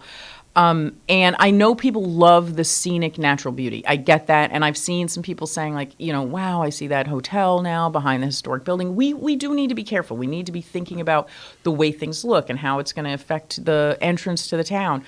But it also is a tremendous opportunity to really do something right, I think. So I do too. And I'll start with the sleigh riding hill at Snyder's. And Snyder's Farm in general. I mean, John and Randy and Tony. Anthony, they know the significance of that building, and they celebrate my first field trip from Cahill was Snyder's to Snyder's Farm. And I don't think the hill's going to be affected by any building. There's still going to be hundreds of acres undeveloped on that property. They're going to be left huge amount of green space. Yeah, it's over 800 acres. Yeah. And I think I'm going to caution people too. This is the beginning of a pretty long road. There's going to be a full-blown seeker process. And I like the idea that the developers are local folks who are sensitive to the community's wants and needs. We're not going to make everybody happy. I'm under no illusion about that whatsoever. But at least they're here and they get it. They played on that property the same way we all did. And what a lot of people don't know is that after they purchased that property, immediately they had an offer to sell that property to Amazon for a profit. And refused it because they knew it wasn't right for Sorganies. Yeah. They wanted an Amazon warehouse and what do you call it? Distribution centers. I mean, look at Orange County. There's so many distribution centers. They are very low-paying jobs, by the way. You're seeing them really struggle to fill positions. So I don't necessarily think that's the best thing for us. And we're not at a crossroads the same way 84 and 87 is in Orange. And something you just pointed to, the work that was done, it's 13 years old, that document that Central Hudson sponsored in Hudson Valley Economic Development. And there's still, it's a little bit expired because it's 13 years old, but there's still some really relevant points in there. And they pointed to the semiconductor industry back then, and that is absolutely relevant, especially given the crisis in getting access to chips. And it pointed to caution when it came to warehouse distribution all the way back then, and biotech and warehouse distribution, and all those uses that were identified are still relevant. So I think those are important conversations to have too. Right. And, I mean, I think, community members are very circumspect about tax pilot agreements. And, you just saw the IDA implemented a housing pilot moratorium last week. We need more housing, so I think really there should be a full court press to try to figure out what those pilots should look like if we're going to do them, and maybe we need to if we want to have affordable units because the costs are really a lot. We only have 13 minutes, but you just, you just opened an iceberg. So there's a whole thing about housing pilots too. There's a state code that restricts how assessors can view housing projects. And I know the public's going to get into a snit over this, and I get it. I understand the concern. But the reality is, if I develop a project that is less than market rate, I am entitled to be assessed at less than 581A. market 581A. Thank you. 581A, which says we're going to base it on the rental value. It still isn't perfect because it really is focused on a certain type and affordability of housing, and I think we know now in the planning world that mixed income housing is the best. Yep. That makes the best community. It makes the most vibrant community. It makes the most successful kids. So we have to think about other tools for that. But I do think there's a real opportunity when we look at Winston Farm and Tech City. These big properties. We have to be thinking really creatively about how we're going to address the tax Incentivize the situation. rate. I am not for 50, 30, even 20-year pilots. I don't like them. It's too long. I don't know where we're going to be in 20 years. 20 years from now, half of Queens is going to be flooded out and they're going to be moving up here. Probably, yeah. So what are we doing? Yeah. No, I think there's a relevant part to that. But I think to pilots, and they are certainly a difficult topic to overcome, especially when the project might be unwelcome in the neighborhood it's proposed in. But those pilots are a tool to mitigate some of the impacts of 581A and if there are specific need that you can identify, you can do a payment in lieu of that 581 program. And in many cases, you can better fund the agency that's being impacted in a specific way by doing a pilot. So there's reasons to sit down and really go through that. And it's complicated and it's frustrating when we are paying on our single family home and we feel like we're all paying too much. We can maybe change the terminology and call it a host community benefit agreement because pilot has a very specific, like you're supplementing the taxes with a smaller payment. But I think we do have to think about how we get what we need for our communities out of these larger projects and we have to get more aggressive about saying to the project, this is what we need or want. I served on the IDA for a few years, and I'm so proud of some of the work that we did. I'm going to just name some of the projects that got done during that time. Woodland Pond, largest IDA project ever, 117 million. It's 600 jobs and, a lot of seniors there. But the Emerson Hotel, the spa at Mohonk. I mean, these are just like huge job creators. So, and don't come at me with they're the lowest paying jobs. I know hospitality isn't the highest paying job, but there were a bunch of manufacturing facilities done too. I think we have to really and Sardi's a rethink couple of the projects benefited from those. Absolutely. Elna and Simulades, and those are great companies. They're Anchor. Diamond Mills. Yep, Diamond Mills. Mills was another one. Yeah. So there's a place for that. And I think there's a gap in public knowledge. And even for us as community leaders, I mean, I've kind of been around for a while, so I've been exposed to it enough that I kind of get it a lot better at a different level. But it's there's a place for that. And as we're talking, I'm thinking optimistically about the former IBM site because finally the county government, Pat's leadership, we're kind of taking over that property. And part of the rub that prohibited that from being redeveloped was that the ownership really didn't care. No, to say the I least. Spent a lot of time with the. Well, he's still the current owner. I know, but at least we're getting back some of those buildings, and I think there's a sincere effort now to get those places redeveloped and occupied and become productive again. I love that site. That site has amazing transportation, 1 million gallons of water and sewer a day. At one point, it had 2.5 million square feet of space. A lot of that space isn't usable, but like for example, the buildings that the county has, the Bank of America building now, that is usable space. And Ginsberg, Allen Ginsberg, the owner of the property, he did do some things that he doesn't really get credit for because I think he's very hard to work with. But he changed the permitting. The environmental permitting used to say like every one of these 500 acres is part of the liability of this property. When the plume of contamination is really just under the center 30 acres. So if you wanted to buy a building, like Kevin Brady from Sirius wanted to buy a building along the rail, he would have been subject to that environmental liability. Yeah. So they changed that, and they did a generic environmental impact statement, which is also around 15 years old, 12 years old, about the same age as the work at Winston Farm. And that was some really great work. So, and that was expensive. I mean, I think it was $400,000 or $500,000 in just planning. Soft costs are amazing. Because they never, when you talk about budgets for projects, you don't really consider soft costs, but they could easily be 20% of the construction costs. Well, we have to do planning, and we have to do better planning than we did in the past, so it's going to cost more money. I saw the mayor for the city of Kingston, suggesting again that we do like a bicycle traffic safety. And then I'm thinking about Saugerties, where it's like, try to navigate Main and Partition on a bicycle. Take the back way. Go up Westbridge Street. But I also say, too, I mean, I bike now, and I was thinking, there's really no need to ride your bike on Main and Partition Street. There's enough residential roads. There's great roads. I do 5 miles a night and don't even come close to Main Street. Exactly. Why would you? It's such a... We would come to the village from the Heights all the time. I remember that. Yeah, it was fun. I tried to drive you off the road. Yep, the kids are small. And it was a great way to spend the afternoon, and we would never make it up into the village unless we were going to one of the restaurants. Who wants to go up to Partition? We would take Russell and go the back way, and you're just not competing with traffic because it's way safer, especially when you're with your 7-year-old daughter and your wife is kind of, I could feel her breathing on my neck to make sure she stays safe. Hey, I saw you guys both, or maybe it was all three of you, in the governing article yesterday that came out yesterday about the creek. Do you know what I'm talking about? Oh, they released that? Yeah, it came out yesterday, Governing Magazine, and it was all about the Esopus Creek and the discharges. And I just think it really spoke to, the impacts and costs on Saugerties in a really substantial way. And thank you both for speaking out on that. I think it was really, we are injured here, and like some people don't get it. Yeah. But that author did. I can't wait to see the article. Yeah, I didn't know it came out either. Yeah, I'm excited though, and he was pretty thoughtful. We had a tough spring with that.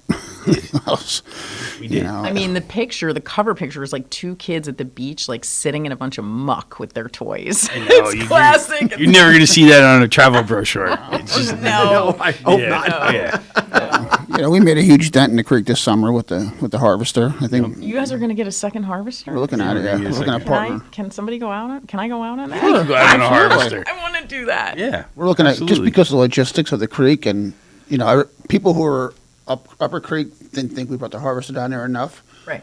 And when we would bring it down there, it'd be gone all day because it's an hour or two to get all the way down, an hour or two back, and we had the GPS, which my code enforcement guy Ale. We hit every aspect of that creek, and the GPS shows it.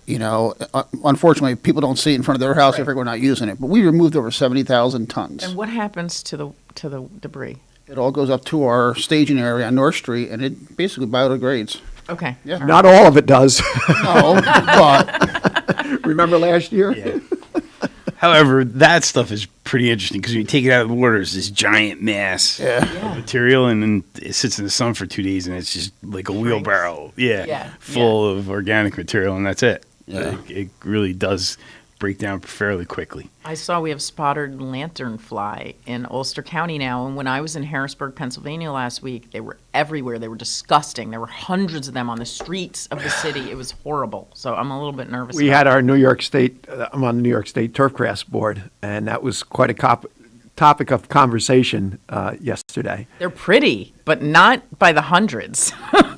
So is that the thing? Because invasive species. They eat like over 70 species of plants and trees in our area. Wait, where was this? In Harrisburg? Yeah, in Harrisburg, there were hundreds and hundreds on the street. Wow. Yeah, disgusting. I mean, like, it was blanketed. But they're here now. I just saw, I think it was in the Cornell Cooperative Extension newsletter or somewhere that there have been a few sightings in Ulster County. So that's interesting. Get ready. They've been a problem out in the western part of the state, and it was only inevitable. And then I think it was last year, somewhere spotted in Long Island. So, you've got them here, and we're here, and inevitably. I was like, what if one comes back on my car? What am I going to do? It's kind of sad, though, because when you look, I love to come down Kraut Road in Saugerties and look at the mountain. It's just, every day that mountain, it's like it's alive. It's always looking a little bit different. But there's a lot of dead trees. The pines are struggling with the beetles. There's something working on the Emerald maple ash leaves borer, right now. yeah. Yeah, it's really sad because there's a 5 or 6% of the forest that is in trouble, And Plant that trees. I mean, my property in Rosendale, Otto Spindler planted a lot of trees, and I am benefiting. And he's gone many years, decades. So we should all be thinking like that. Yeah. We got quite aggressive this year. We're up to 14 new ones that we planted. Yes. We put 3 in at one of our satellite parks last year, and I'm hoping this fall, if not this fall, in the spring. The problem now has become the trees that we want to plant that are conducive for a park setting, a sports complex that have the higher canopy. They come from Oregon, okay? Right. Now you can't. There's delivery problems. Right. And you also have to be planning for 20 years from now. What's Yeah. it going to be like, Yeah, you don't want to create a burden. Right, exactly. Well, I think everybody ran into it because those Bradford pears are so pretty in the spring. Right. But it's the worst tree Right. for the Northeast. But there's a third generation of Bradford pear that are much better. Robust. Still, the Japanese Sakova, which I believe you planted some in the village, it has a much higher canopy. Okay. So to cut underneath it, especially with a cab mower, it works. It's much better and it's hard. It's a hard tree, hardwood tree, not a soft, and it's a very nice tree. I always feel bad because they flower and they look amazing. And one of my neighbors recently had one fail in the last windstorm. And I'm like, Well, look at the ones that we put in, 15, 18 years ago in between fields 3 and 4 and how we've lost branches off the thing. But still, even though it looks oddly shaped, there's still a beautiful good, tree. yeah. And one of the disadvantages in the fall, they're one of the last trees to lose Drop their leaves. So you're waiting and waiting and foliage. waiting. And the last 2 years, we've had fairly early snows, right. and then it accumulates on the foliage. Down it comes. Yep. And the branch growth collects water, so when it gets cold, the ice pushes the branches apart and causes a split, and then more water gets in, and it kind of just keeps on going.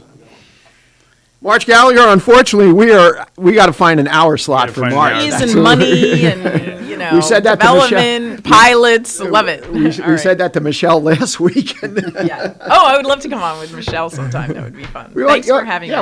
we ought to arrange for that. Yeah. Thank you very much for taking time out of your busy day, and we'll be back with birthdays. Great.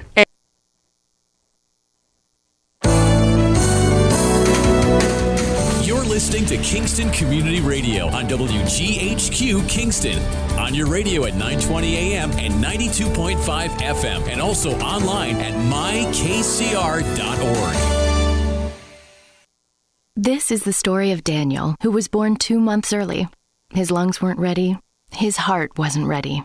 His parents could only hope that one day he would leave the hospital healthy, and they would all live happily ever after. Daniel's is just one of the more than 500,000 stories of babies born prematurely last year. You can help the March of Dimes stop premature birth and bring more babies home healthy. Learn how at marchofdimes.com. Working together for stronger, healthier babies. Question: what will you find on all over-the-counter or OTC medicine packages to help you choose the right drug and use it safely? The answer? The Drug Facts label. This label lists the medicine's active ingredients and purpose, how much to take, and warnings you should know before using it. Remember, even OTC medicines you buy without a prescription can cause side effects you don't want. So follow the information listed on the Drug Facts label. For more information, visit fda.gov/Drug Facts label. A message from the U.S. Food and Drug Administration. Introducing the YMCA. Sure, you know the Y for a swim or a game of hoops, but we're more than that. We're a cause. When you take a jump shot at the Y, someone else is getting job training. Practice yoga as a team practices her leadership skills. We give people of all ages, incomes, and backgrounds a chance to learn, grow, and thrive. So while you might think of the Y as the place for lifting weights, we're also about lifting entire communities. That's the Y. We're so much more. Visit ymca.net/more. Hi, this is Tony Marmo from Norman Staffing, and we've been bringing together employers and job seekers since 1980. If you're an employer and have job vacancies, let Norman Staffing help fill them with permanent or temporary workers. We screen, interview, and recommend the best candidates for your company. We make the employment process easier and faster for you. Please call Norman Staffing for your employment needs at 338-9111, 338-9111, or normanstaffing.com.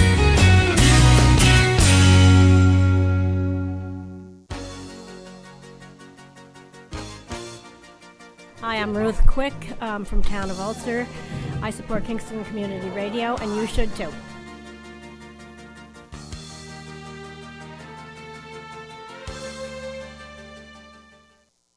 This portion of Kingston Community Radio is brought to you by Ulster Savings Bank. Visit their newest branch, conveniently located at the Ulster Commons Plaza in Lake Katrine. Experience the difference that local community banking offers with the convenience of another great location, easy access, plenty of parking, and a 24-hour ATM. Ulster Savings Bank, invested in community, invested in you. Member FDIC. Thank you, Lawrence, and welcome back, listeners and viewers who have been with us. Those just joining us, 331-9255 is our call-in number. Fred Costello, Supervisor of Town of Saugerties, is in the studio. Mayor from the Village of Saugerties, Bill Murphy, is in the studio. And March is just hanging on here, Gallagher, who was with us the past half hour, because we have some birthdays to read. I'm going to get to read a birthday today, and I'm keeping the seat warm for the next guest. But September 22nd, we wish a happy birthday to Rachel Weiss, your friends at People's Place. We hope you enjoy your special day, and I'm so happy to do a People's Place birthday. Happy birthday, Rachel Weiss. And happy birthday to Carol Mahoney on September 22nd from all your friends at work, though we don't know where she works. She knows. She knows exactly. And I have Sargi's birthday. Happy birthday to Tyler Corvin, with love from Mom and Dad, Grandma and Grandpa, and Jordan. And today's winner of the famous cow pie from Boyce Dairy Milk House is Rachel Weiss. And also one more birthday to announce. Our Tuesday co-host, Nina Postapak, is her birthday today. So happy birthday, Nina. Happy birthday, Nina. Happy birthday, Nina. So Rachel Weiss, congratulations. Happy birthday. When you get the opportunity, get down to Boyce Dairy Milk House right here, 62 O'Neill Street, right here in Kingston, New York. Pick up that famous cow pie, courtesy of Boyce Dairy Milk House and Kingston Community Radio. We had 3 of them today. That's great. Keep sending those birthdays in, listeners and viewers. Very easy to do. You can email to kcr921@gmail.com. You can postal mail to P.O. Box 4364, Kingston, New York, 12402. And Rachel Weiss, congratulations again.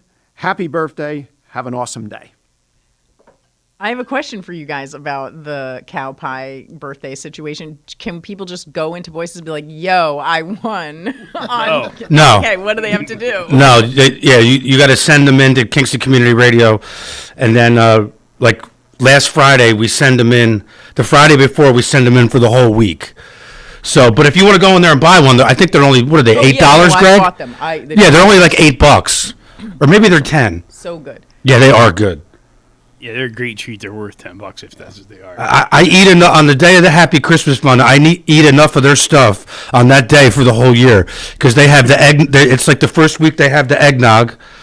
I take some sour cream home with me. I eat. I don't know how many of those cakes, those ice cream sandwiches I eat. I mean, I'm in there like annihilating stuff. So a few years ago, they had their 100th anniversary. Yes. Remember that? And we did that like ginormous. Speaking of food. Down on the round out. Hello. Yeah, I think they're in. What is it? It's 102 now, right? Thanks, Kevin. Yeah. It's 102 years they've been around.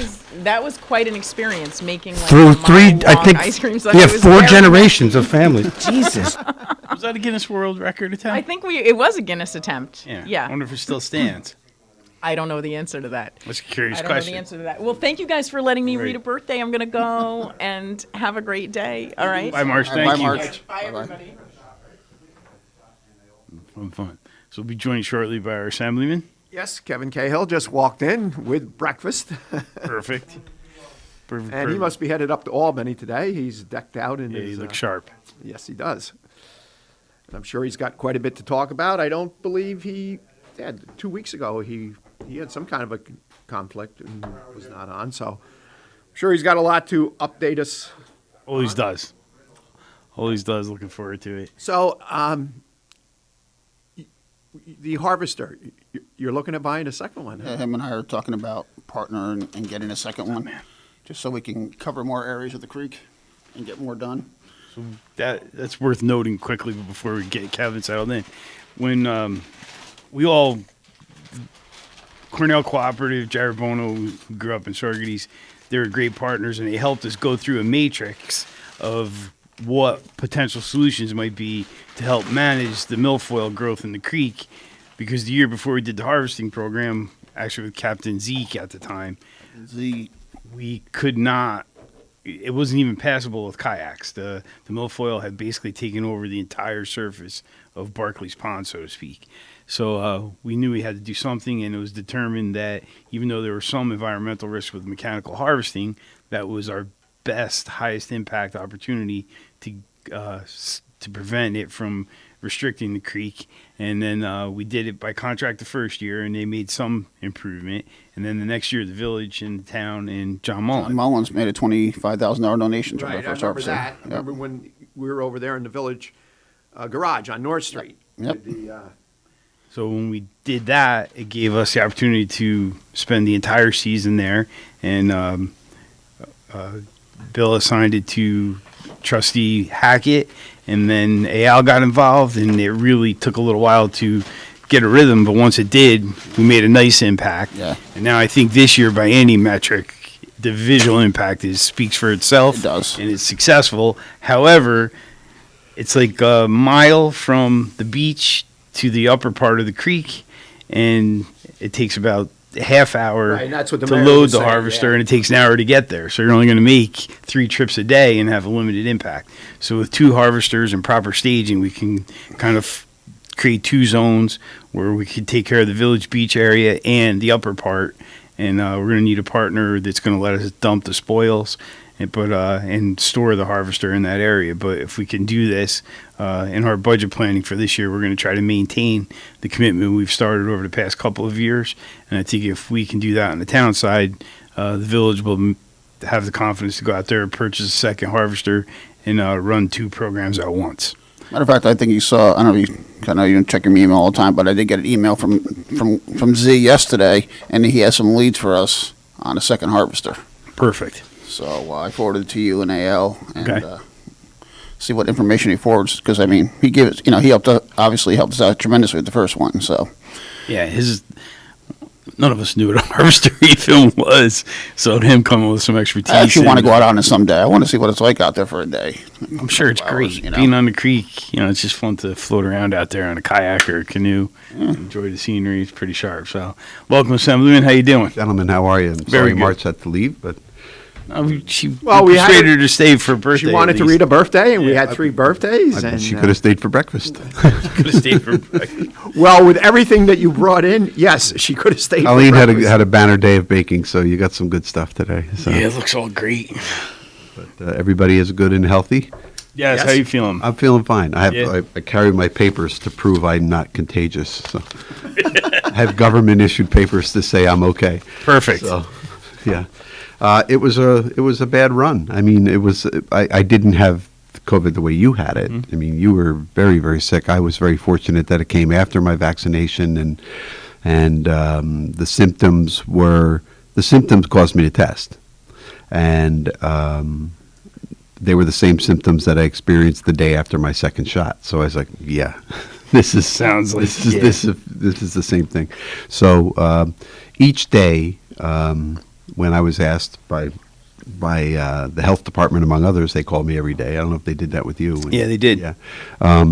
But each day they would say, how are you feeling? And I would say, twice as good as yesterday. Mm-hmm. And each day I would say that. And each day I would think, oh, I'm better. Until the next day when I felt even better and better and better. I didn't realize how very, very sick I felt in the very beginning. Now, other people tell me I was very, very sick in the beginning, but it didn't feel that way. It felt like fatigue and...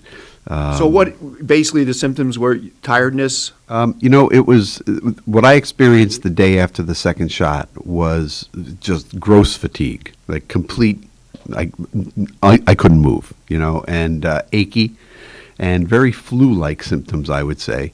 A dry cough, which I never have a dry cough. And This was after you got your second shot. This was 2 weeks ago. Oh, okay. All right. And it was similar to right after my second shot. My second shot was intense, much more intense in a single day. This was more spread out over several days, but it was the same symptoms. It was the same sort of reaction. And I was confused because originally it had been masked because my allergies are back. Everybody's allergies are back in big time. Tell me about it. And the first day I was like, oh, it's just my allergies. It's just my allergies. And then, so I took the test and it was like, yeah, positive. And so I asked the doctor if he wanted me to come in for a test. He said, Kevin, you have the symptoms and you have a positive home test. I think you got it. Yeah. Safe bet at that point. Yeah.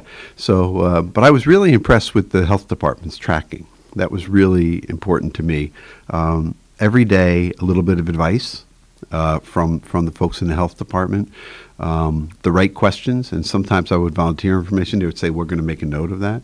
I volunteered because we had a family funeral in the middle of all this, and well, it was at the beginning of this, and I was exposed to several people, and I contacted the ones who met the criteria.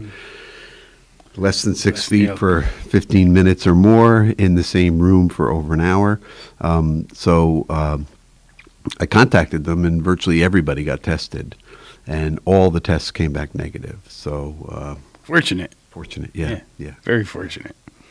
So, but I'm still not sure who was the kind person who gave it to me. I think it's a little bit, in a weird way, the vaccine has done so much to suppress the impacts of this, but in an odd way, I think the chance of someone walking around asymptomatic is higher. Very much so. So yeah. there's and honestly, the week before my mom's funeral, I ran around like a madman. I was everywhere all the time, so it could have been anywhere. Mm-hmm. There was a lot going on. So yeah, it was. I'm glad I'm through it. I still have a great deal of sympathy for people who are suffering from it. I have a friend who's not having an easy time of it right now. I didn't know about that until yesterday, but he is hospitalized in bad shape. And now, had he been vaccinated? I don't know.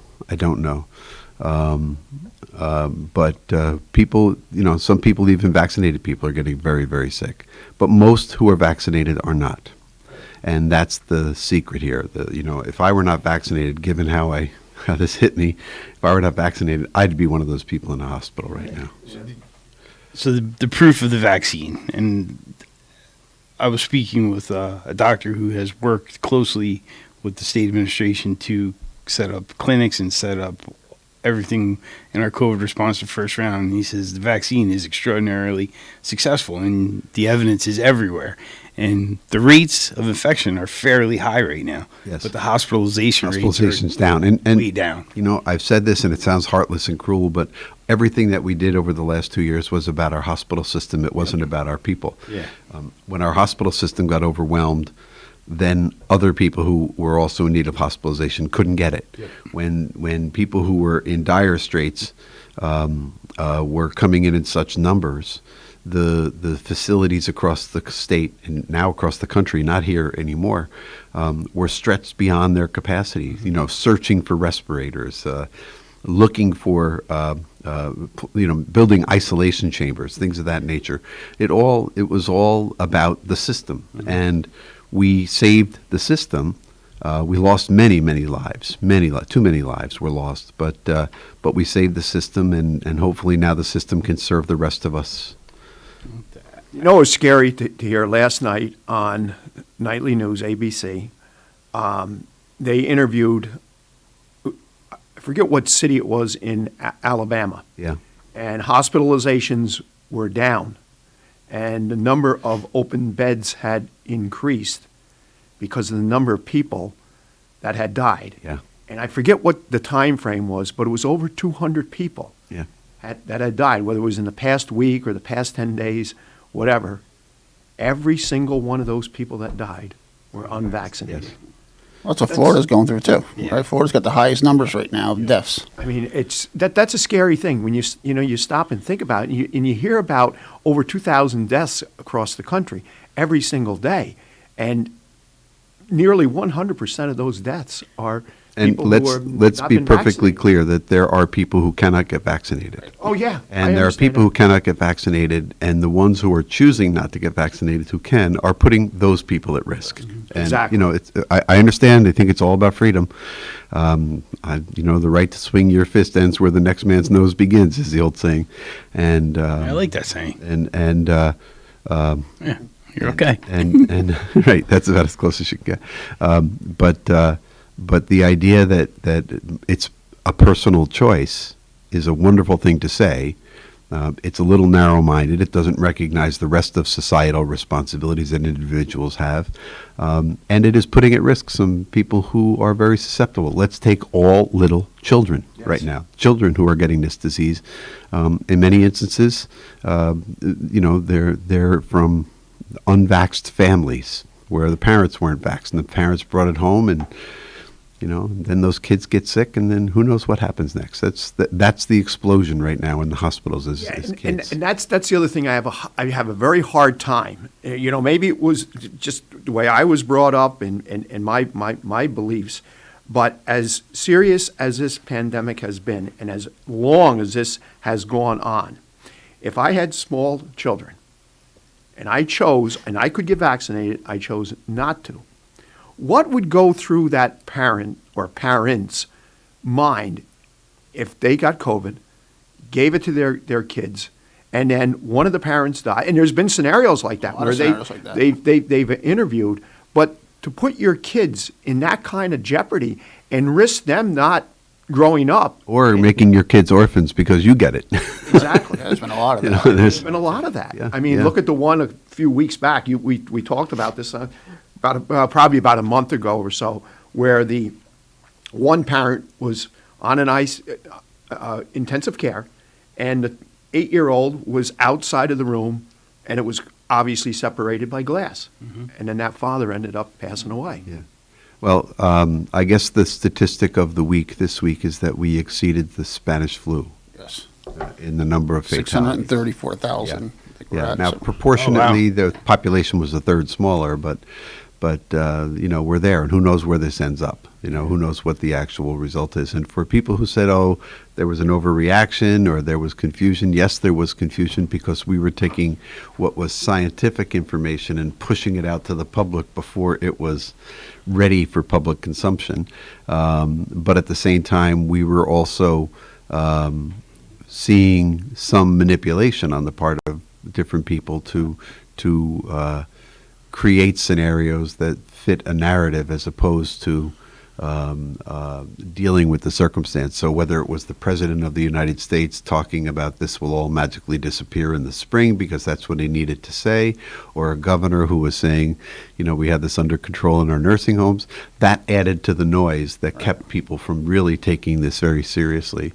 And I'm glad we're at a point now where cooler heads are prevailing. I think I don't know what the percent. I'd be curious what the percentage of unvaccinated people are unvaccinated because of, listening to bad leadership. Well, it's Opposed to interesting just making their own choice. because the biggest issue around vaccinations generally, not just talking about the COVID vaccination, legislatively has been religious exemptions. And many people are claiming a religious exemption, which caused religious leaders across the country to say, we don't have a problem with this. It's not our religion you're protecting, and so I think that, when you take that element out of there and you substitute for it the judgment of an individual, for what a whole world of scientists and doctors and medical professionals have said, and you're going to substitute your judgment because why? Because you read something on the internet? Well, that's the other thing. That's exactly what they did. Is this social media hype, and too many people apparently rely on that. And this nonsense, where things are constantly changing. That's a good thing that there's been changes. It's science. That just goes to show that the scientists and the researchers have continued to do their job, and as they've dove further and further in, there's new research that has come out. There's new scientific information that has come out, and let's face it. When they did the trials, there was a period of only maybe 2 or 3 months where these people were, when they were doing the trials, got vaccinated. So they didn't know if that period of time where there was protection was going to be 3 months or 4 months or 6 months. But then as the months went by, it became very, very evident it still offered a significant amount of protection. Well, things have not changed. Our understanding has changed. Newton didn't invent gravity. he kind of just figured out the theory. So it was always there. This was always here, and it's just we're really just little by little parsing the issue down so that we can get to the point where we understand it better, and when we understand it better, we can respond better and hopefully protect better. And I think we're on the right track. I really do feel that way. I mean, as dislocating as it was for me personally in the past couple of weeks, it is nothing compared to what it would have been if I had been as sick as our good friend Mr. Costello was. Nothing.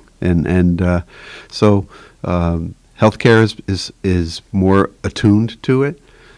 Society is more adapted to it.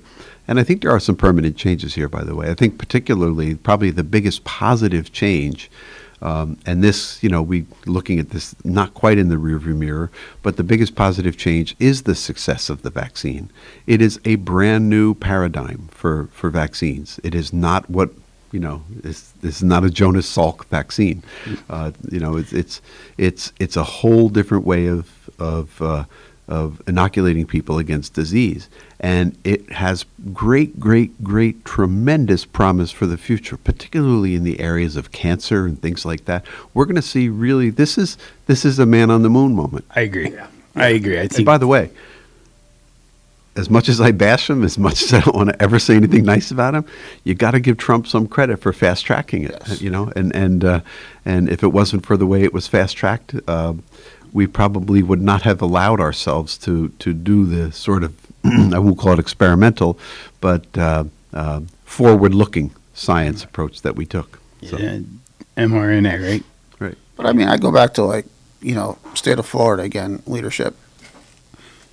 Because of DeSantis' take on the whole COVID, how many of those deaths is he responsible for? Because people followed his lead saying, oh, well, Governor DeSantis says we don't need a vaccine, we don't need to wear masks, I'm not going to do it. Well, how many of those people have died? That's what I'm talking about, leadership, just giving false. Or in Texas, where Governor Abbott threatened to arrest people if they did wear a mask. They did wear a mask. Can you imagine? Did you hear about the couple this weekend in Texas got thrown out of a restaurant for wearing a mask? Yeah. I know. For wearing a mask. The owner. So where's the respect for personal choice in that scenario? He has a sign, no mask allowed. Yeah. Right. I mean, somebody did that with their concerts too. Some comedian or some singer said, "I'm not going to do any concerts where masks are required." And believe it or not, But they did it because they got paid anyway, so they definitely went. So Van Morrison and Eric Clapton have an anti-vaccination song. Yeah. I mean, it ruins. Yeah, but he did a concert anyway. It ruins Van Morrison and Eric Clapton. Well, if you pay me enough, I was just kidding. Okay. Did I say anti-vax? No. So there's a cultural component to this. I get a great opportunity to talk to people from different generations, and the older folks, quite frankly, they don't get it. They're like, we don't understand the fuss. When we were kids, or when they enlisted in the military, they'd line up all the kids, never told the parents. Everybody got polio vaccine, everybody got mumps at school, or as you were preparing to leave for service in the military. And there was no debate or question about it, and we have lived the benefit of that in many ways. None of my friends have had to deal with polio. Mumps only happens in small pockets where religious objections were honored, and there's a whole anti-vax thing amongst our generation where there was concerns about links to. Let's distinguish here, because I rarely do this, but I will distinguish between your generation and my generation. Mm-hmm. There's a very small component in my generation. There's a very large component in your generation. Yeah. Yeah, so. And I have some odd conversations with some very, what I feel are bright people. Yes. And they try to articulate their objection. I'm like, that is all, none of that is based in science. I have lifelong friends.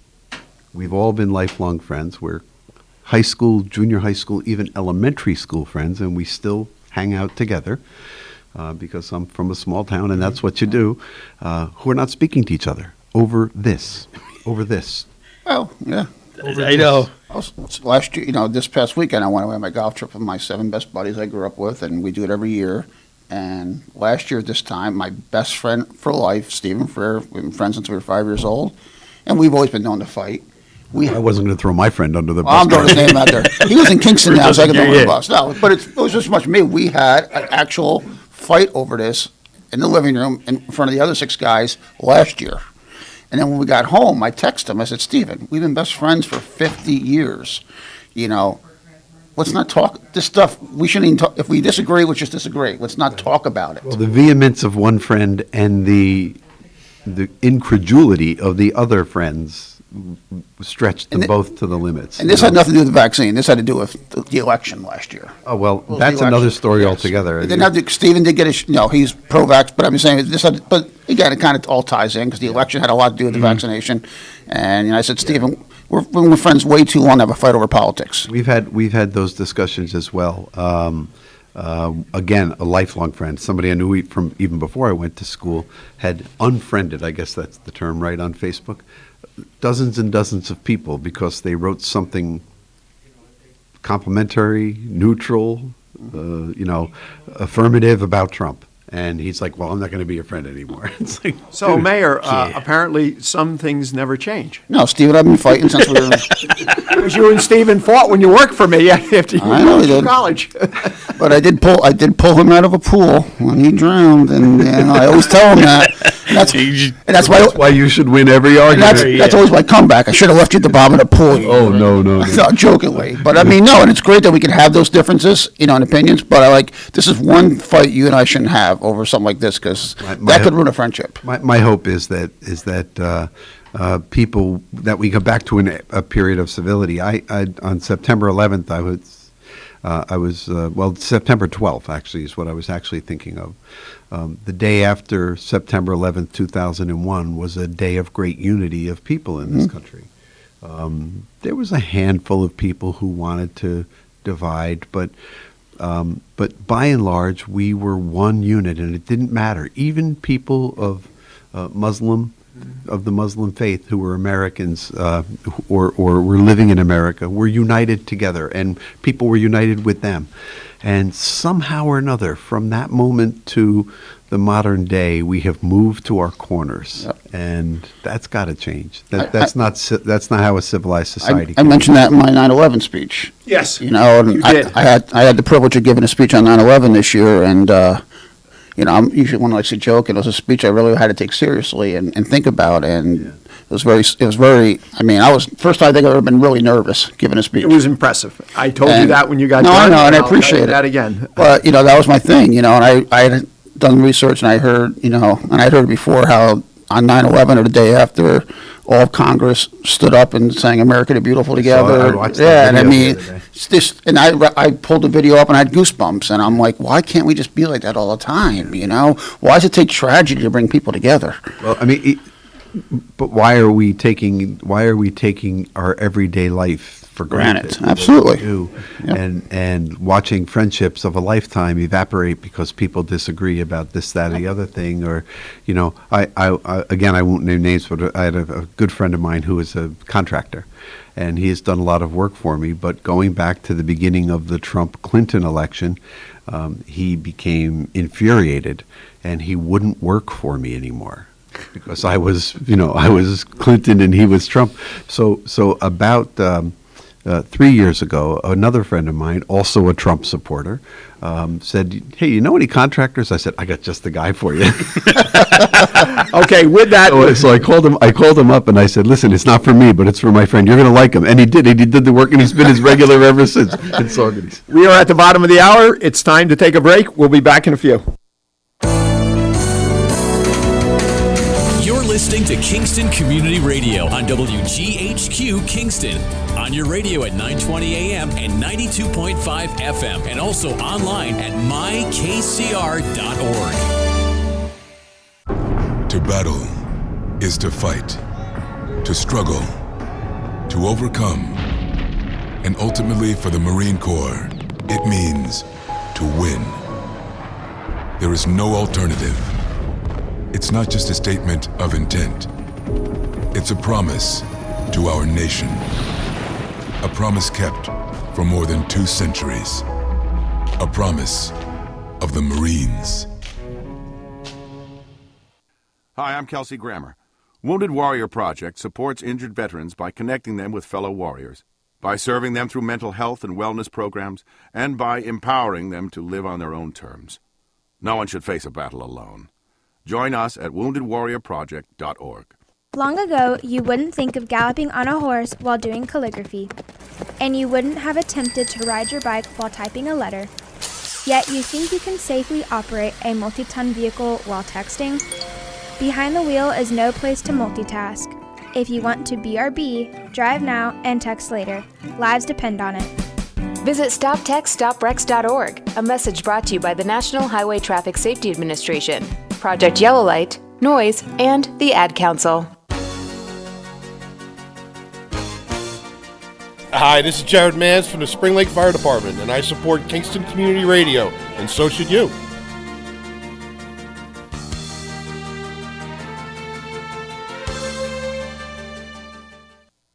This portion of Kingston Community Radio is brought to you by Ulster Savings Bank. Visit their newest branch, conveniently located at the Ulster Commons Plaza in Lake Katrine. Experience the difference that local community banking offers with the convenience of another great location, easy access, plenty of parking, and a 24-hour ATM. Ulster Savings Bank, invested in community, invested in you. Member FDIC. Thank you, Lawrence, and those listeners and viewers who have been with us this morning. Welcome back. Those just joining us for the last half hour, welcome. 331-9255 is our call-in number. We'd love to hear from you. We have our State Assemblyman, Kevin Cahill, here in the studio. You might notice I didn't pull out a page of notes. That's because staff said, "You want some notes?" I said, "Nah, I think let's try winging it this week and see how that goes." And you're good at I said, if people want to read COVID statistics, they can look it up on the county website or on the Daily Freeman website or wherever it's listed on a daily basis. And I think it's time that we start being a little more forward-looking. In that regard, I will just, if I can take a moment for a couple of announcements. Sure. Go right ahead. We had planned to have a memorial, a service this week in honor of Private First Class John Cena, who lost his life in Vietnam, as part of our continuing series of these events, and we had to postpone it. And so if anybody was notified that we were going to do this ceremony this weekend, please be aware that it's postponed temporarily. We just have to work out a few logistics to get it back on track, and we're going to be doing that hopefully in the next couple of weeks. But we sent out a letter to everybody we knew. We're doing a little thing on our Facebook page. We did a press release. The weird thing about the press release is we didn't put a press release out saying we were doing it yet. So we're sending out a press release canceling something we never notified the general public about. Just in case we can't reach some of the folks who might have heard by word of mouth.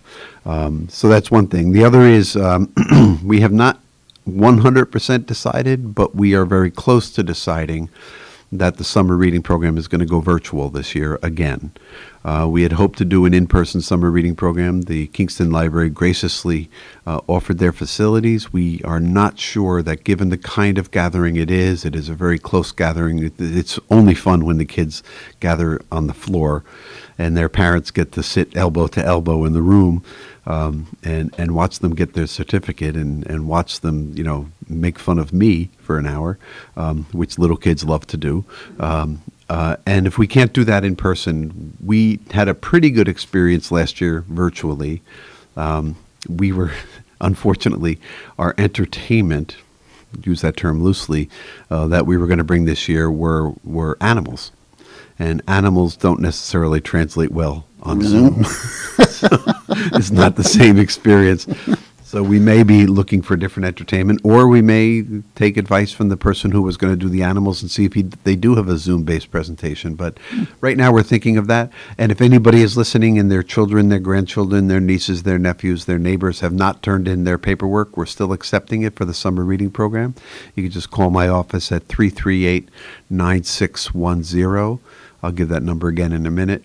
To anybody who wants to find out how you can turn in that paperwork for your kids, your grandkids, your niece, your nephew, your neighbor, any of the children who participated, we want to make sure as many kids get recognized as possible. So just give a call to the office for Mike or Lauren or Ethan, Michael, Lauren, or Ethan, and at 338-9610 after 9 o'clock. They'll be there.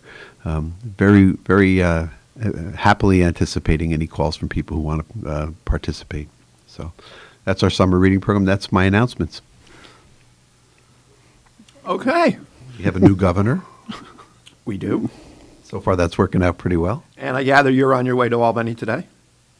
I am not, but I have meetings, and and besides having lived the past 2 weeks in sweats and shorts and flip flops, I figured it's time.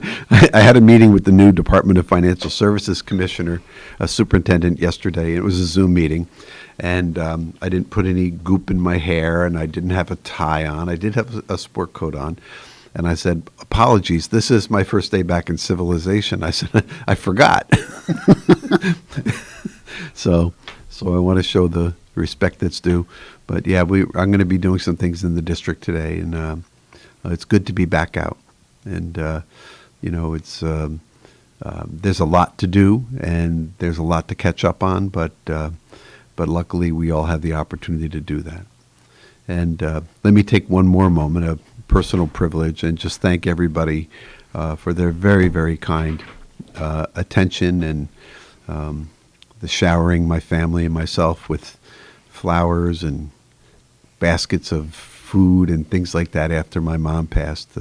She lived a good, wonderful life. She had a lot of friends, and she made a lot of contacts over the years, and she had a peaceful ending. So to everybody who expressed their condolences and gave us a call or sent us a card, thank you very much. So that's it for me. That's all the personal news I have today. Get off that Twitter. No, it wasn't on Twitter. People know that I'm on the radio show every Wednesday, okay? And it's the same ones. Same people. Call you.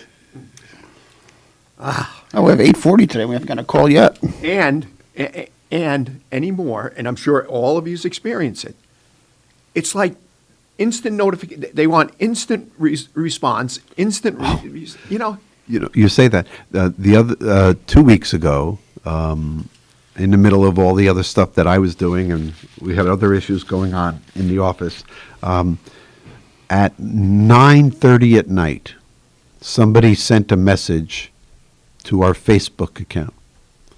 And at 10:30 at night, one of my staffers saw it, and they probably made a note, we'll take care of this in the morning, but they didn't respond. At 11 o'clock that night, the guy says, well, I see you read my message and you're not going to do anything about it. This is a message at 9:30 at night before then, and it was 11 o'clock, and you haven't done anything about it. It's like, whoa, it's like that's not the way the world works. So. Oh, yeah, the other day, I don't even use Facebook, but I have an account, and all of a sudden I got a notification there. Oh, you have a message on Facebook Messenger. I went out there, I had like 30 messages out there, and I'm like, so I responded in general. I said, I don't use Facebook Messenger. If you need to contact me, here's my cell number, here's my office number, here's my email. We have that automatic response on there, and also with our email, we have an automatic response. We get, on a session day, we could get 500 emails, and so we have to cull through and see which ones were actually personally and addressed to us, but we send everybody that response because some days we just can't get to them all. And the same with Facebook messages. We have a kicker there that says, listen, call us. Yeah, I got to put that in there permanently because I feel bad. I don't want people to think I was ignoring them, but I'm like, some are old, but. Yeah, it's a really effective tool, but there's occasions where you just can't get to them all. Well, and the thing is, there's so many, I don't feel I'm obligated to be on Facebook Messenger for residents. That's not my choice of communication. Mm-hmm. I have plenty of other ways people can contact me, and I just choose not to use Facebook Messenger. None of them were urgent things, and a lot, even some were happy birthday wishes, but, it's like, geez, I better turn this off or something. I'm the same way. I have a Facebook account, but I don't post. No, I don't. I post like once a year, like a tribute to my parents. That's about it. I'll put out there like their anniversary or something like that, and that's pretty much it. I find it a fairly useful tool for some things.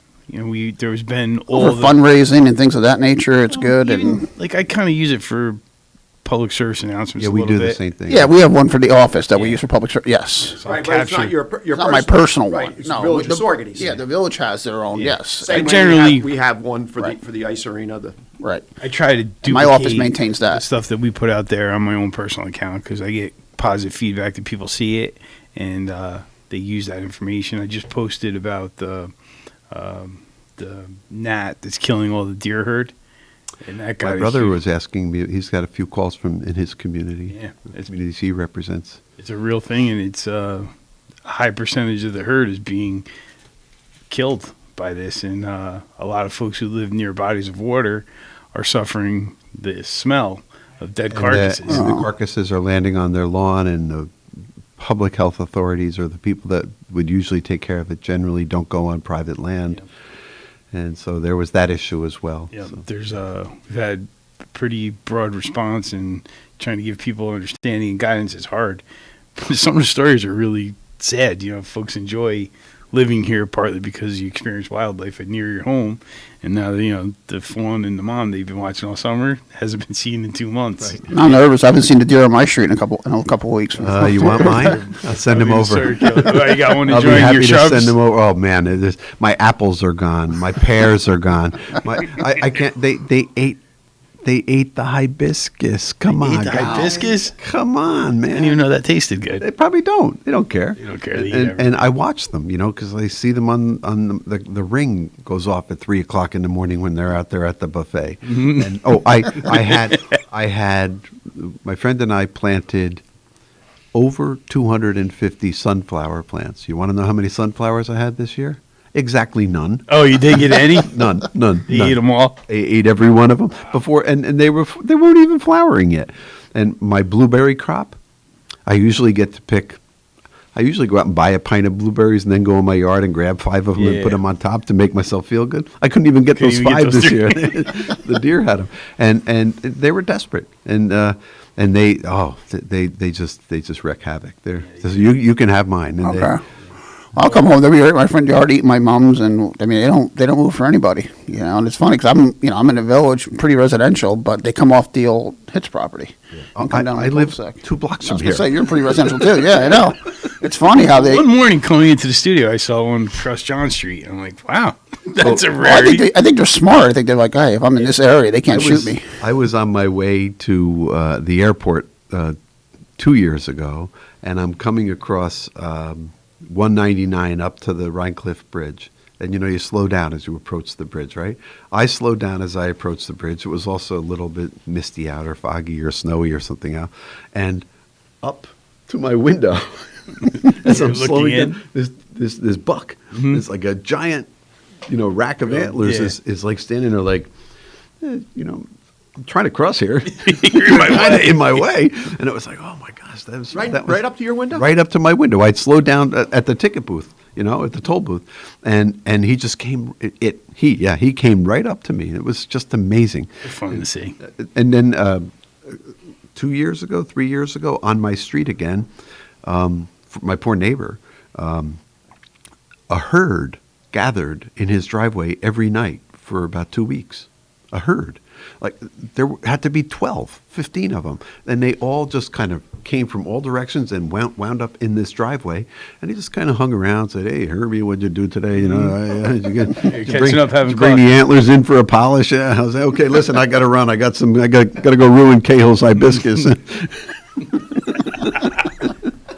By the way, he's got apples down there. You might want to stop by. Pretty good this season. Can I offer just because I'm crazy?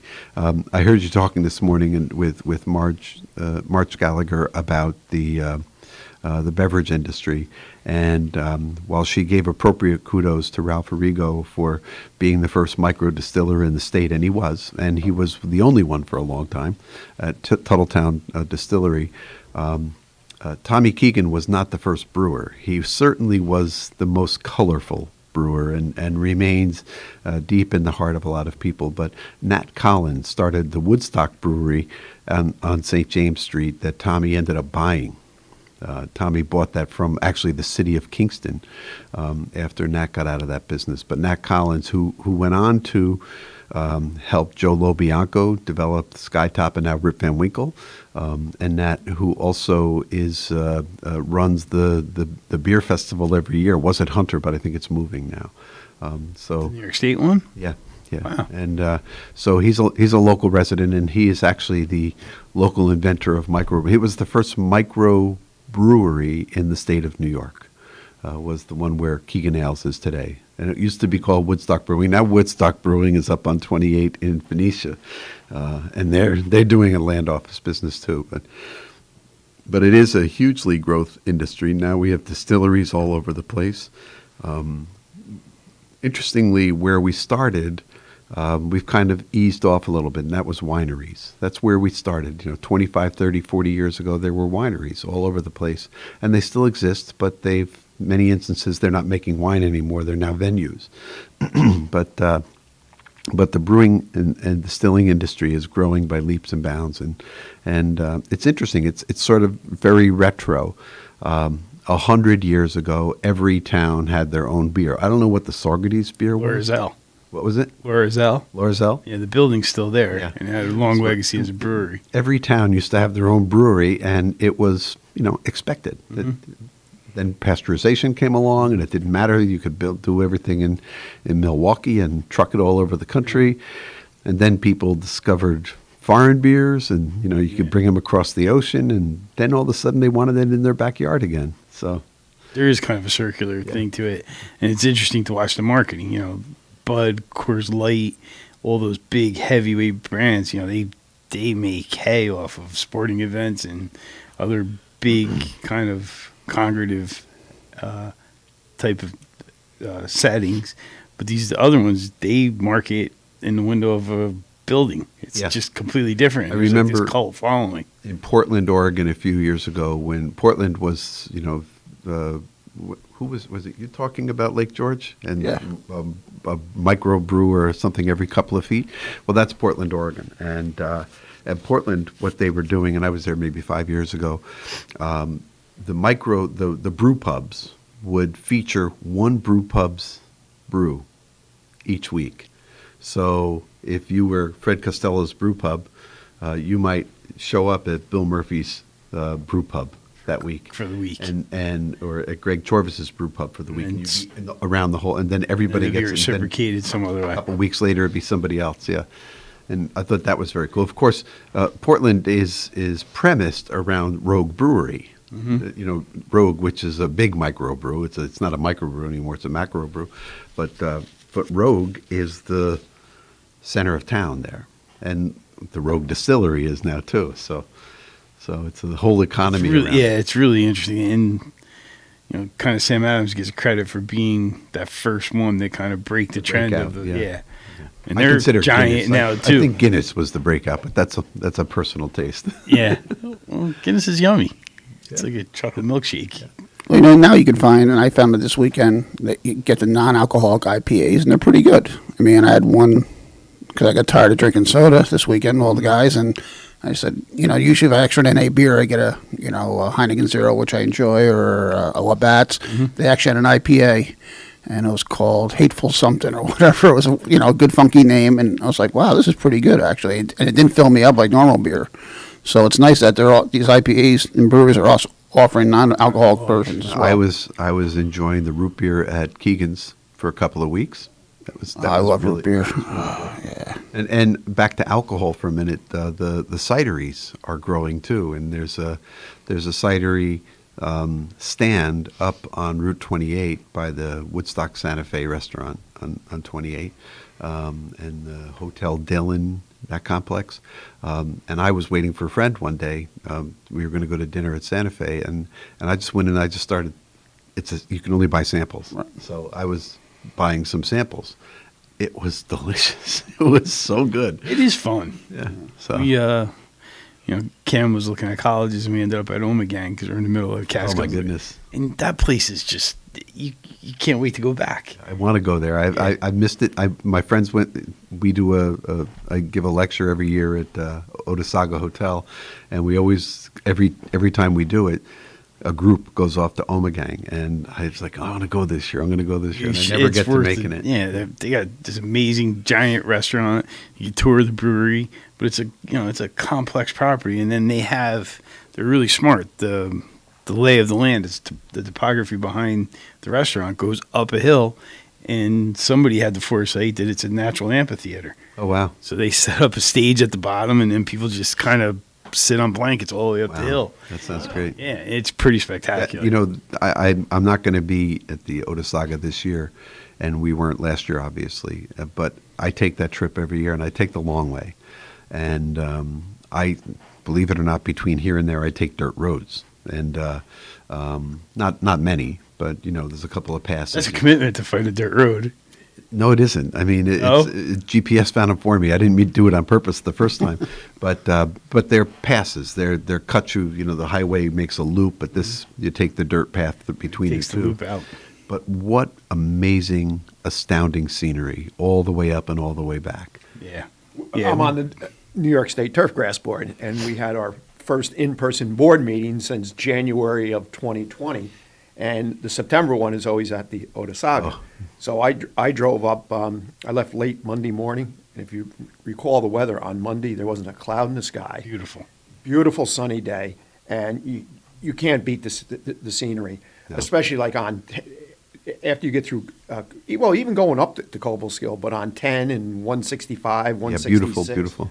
Absolutely beautiful. And then you see nothing but acres and acres of farmland, and what I always say to myself as I'm going through these towns, you literally can go for miles and miles before you come to a store, or maybe even another house. Or when you're my age, what you really recognize is you can go miles and miles and miles and not find a bathroom.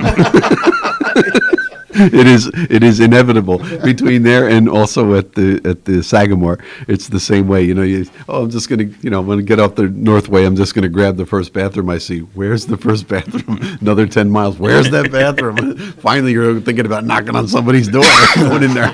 I was in Sagamore on Friday. We always play Sagamore Country Club on Friday when we go on our golf trip, and that's just unbelievable up there. I've never been there somehow. Beautiful. It is really. I mean, they're very similar. The Otesaga and Sagamore have a lot in common with each other, and their orientation on the water, and their sort of the difference with Otesaga is it's right in the middle of town. It's like it's right there, but you walk out the back door, you could be at the Sagamore. Right? It's amazing. So you stand on the first tee at Sagamore Country Club, all you see is mountains, and then you see the lake, and it's just an unbelievable view on the first tee. I've seen it from the water. I've never been on the ground somehow, which is a little bit odd. But Otesaga is right in Cooperstown? Right in Cooperstown. Really? And what really nice couple days then. Yeah. Perfect weather. You got to see Derek Jeter, right? Were you up there for Did Jeter? you go in Hall of Fame at all? You didn't? Okay. I just didn't have the time. Didn't? Okay. Well, I mentioned that I take all these back roads going up, but I often, when I get there, I say, I think I want to take the entirety of Route 28. And Route 28 winds up right smack a block away from Otesaga. Yeah. You can get on Route 28 and take it all the way back to Kingston, where it ends. Yeah. It ends in Kingston. Really? So it's also a nice You know ride. what? I never thought about that. Yeah. Yeah, 28 ends right at Burger King. Huh? It ends at Burger King. Yeah. That's interesting. It. So if you take 28 straight out, but that's kind of the long way to get to Cooperstown, right? Freddie, it's convertible. It's the fall. Okay. It's the Catskills. What are you talking about? It ends too soon then. No, it's a beautiful ride, and I'll take different ways back. Sometimes I'll come back through Hunter. Come down through Saugerties, come down the back way through Saugerties, but still not take any highway. Go through Prattsville and all those places. Yeah. Oh, yeah. Pratt Rock. You got to go to Pratt Rock. Go through those, like right after one, I forget which storm it was, but Irene. for 2 years after the storm, I mean, it was gone. Those Margaretville and Prattsville and all those places, they were decimated. Yeah. They were ghost towns. They were, houses. There would be 3 houses boarded up, and then 1 house that was occupied. I'm sure you saw those 2 houses in a row where literally the entire foundation was complete. It was void, completely gone. Amazing. All due to water. Yep.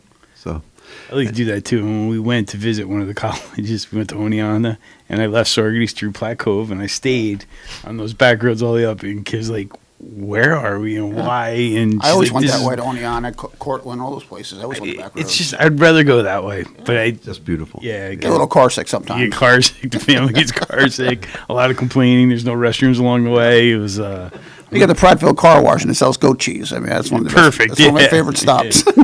I get my car wash and get some goat cheese all in one spot. all right, so next week I'll bring notes. Yeah. It's a relevant conversation because the leaves are about to turn. Yeah. And it's a nice ride to go up right now. They've already started up there. Really? Yeah.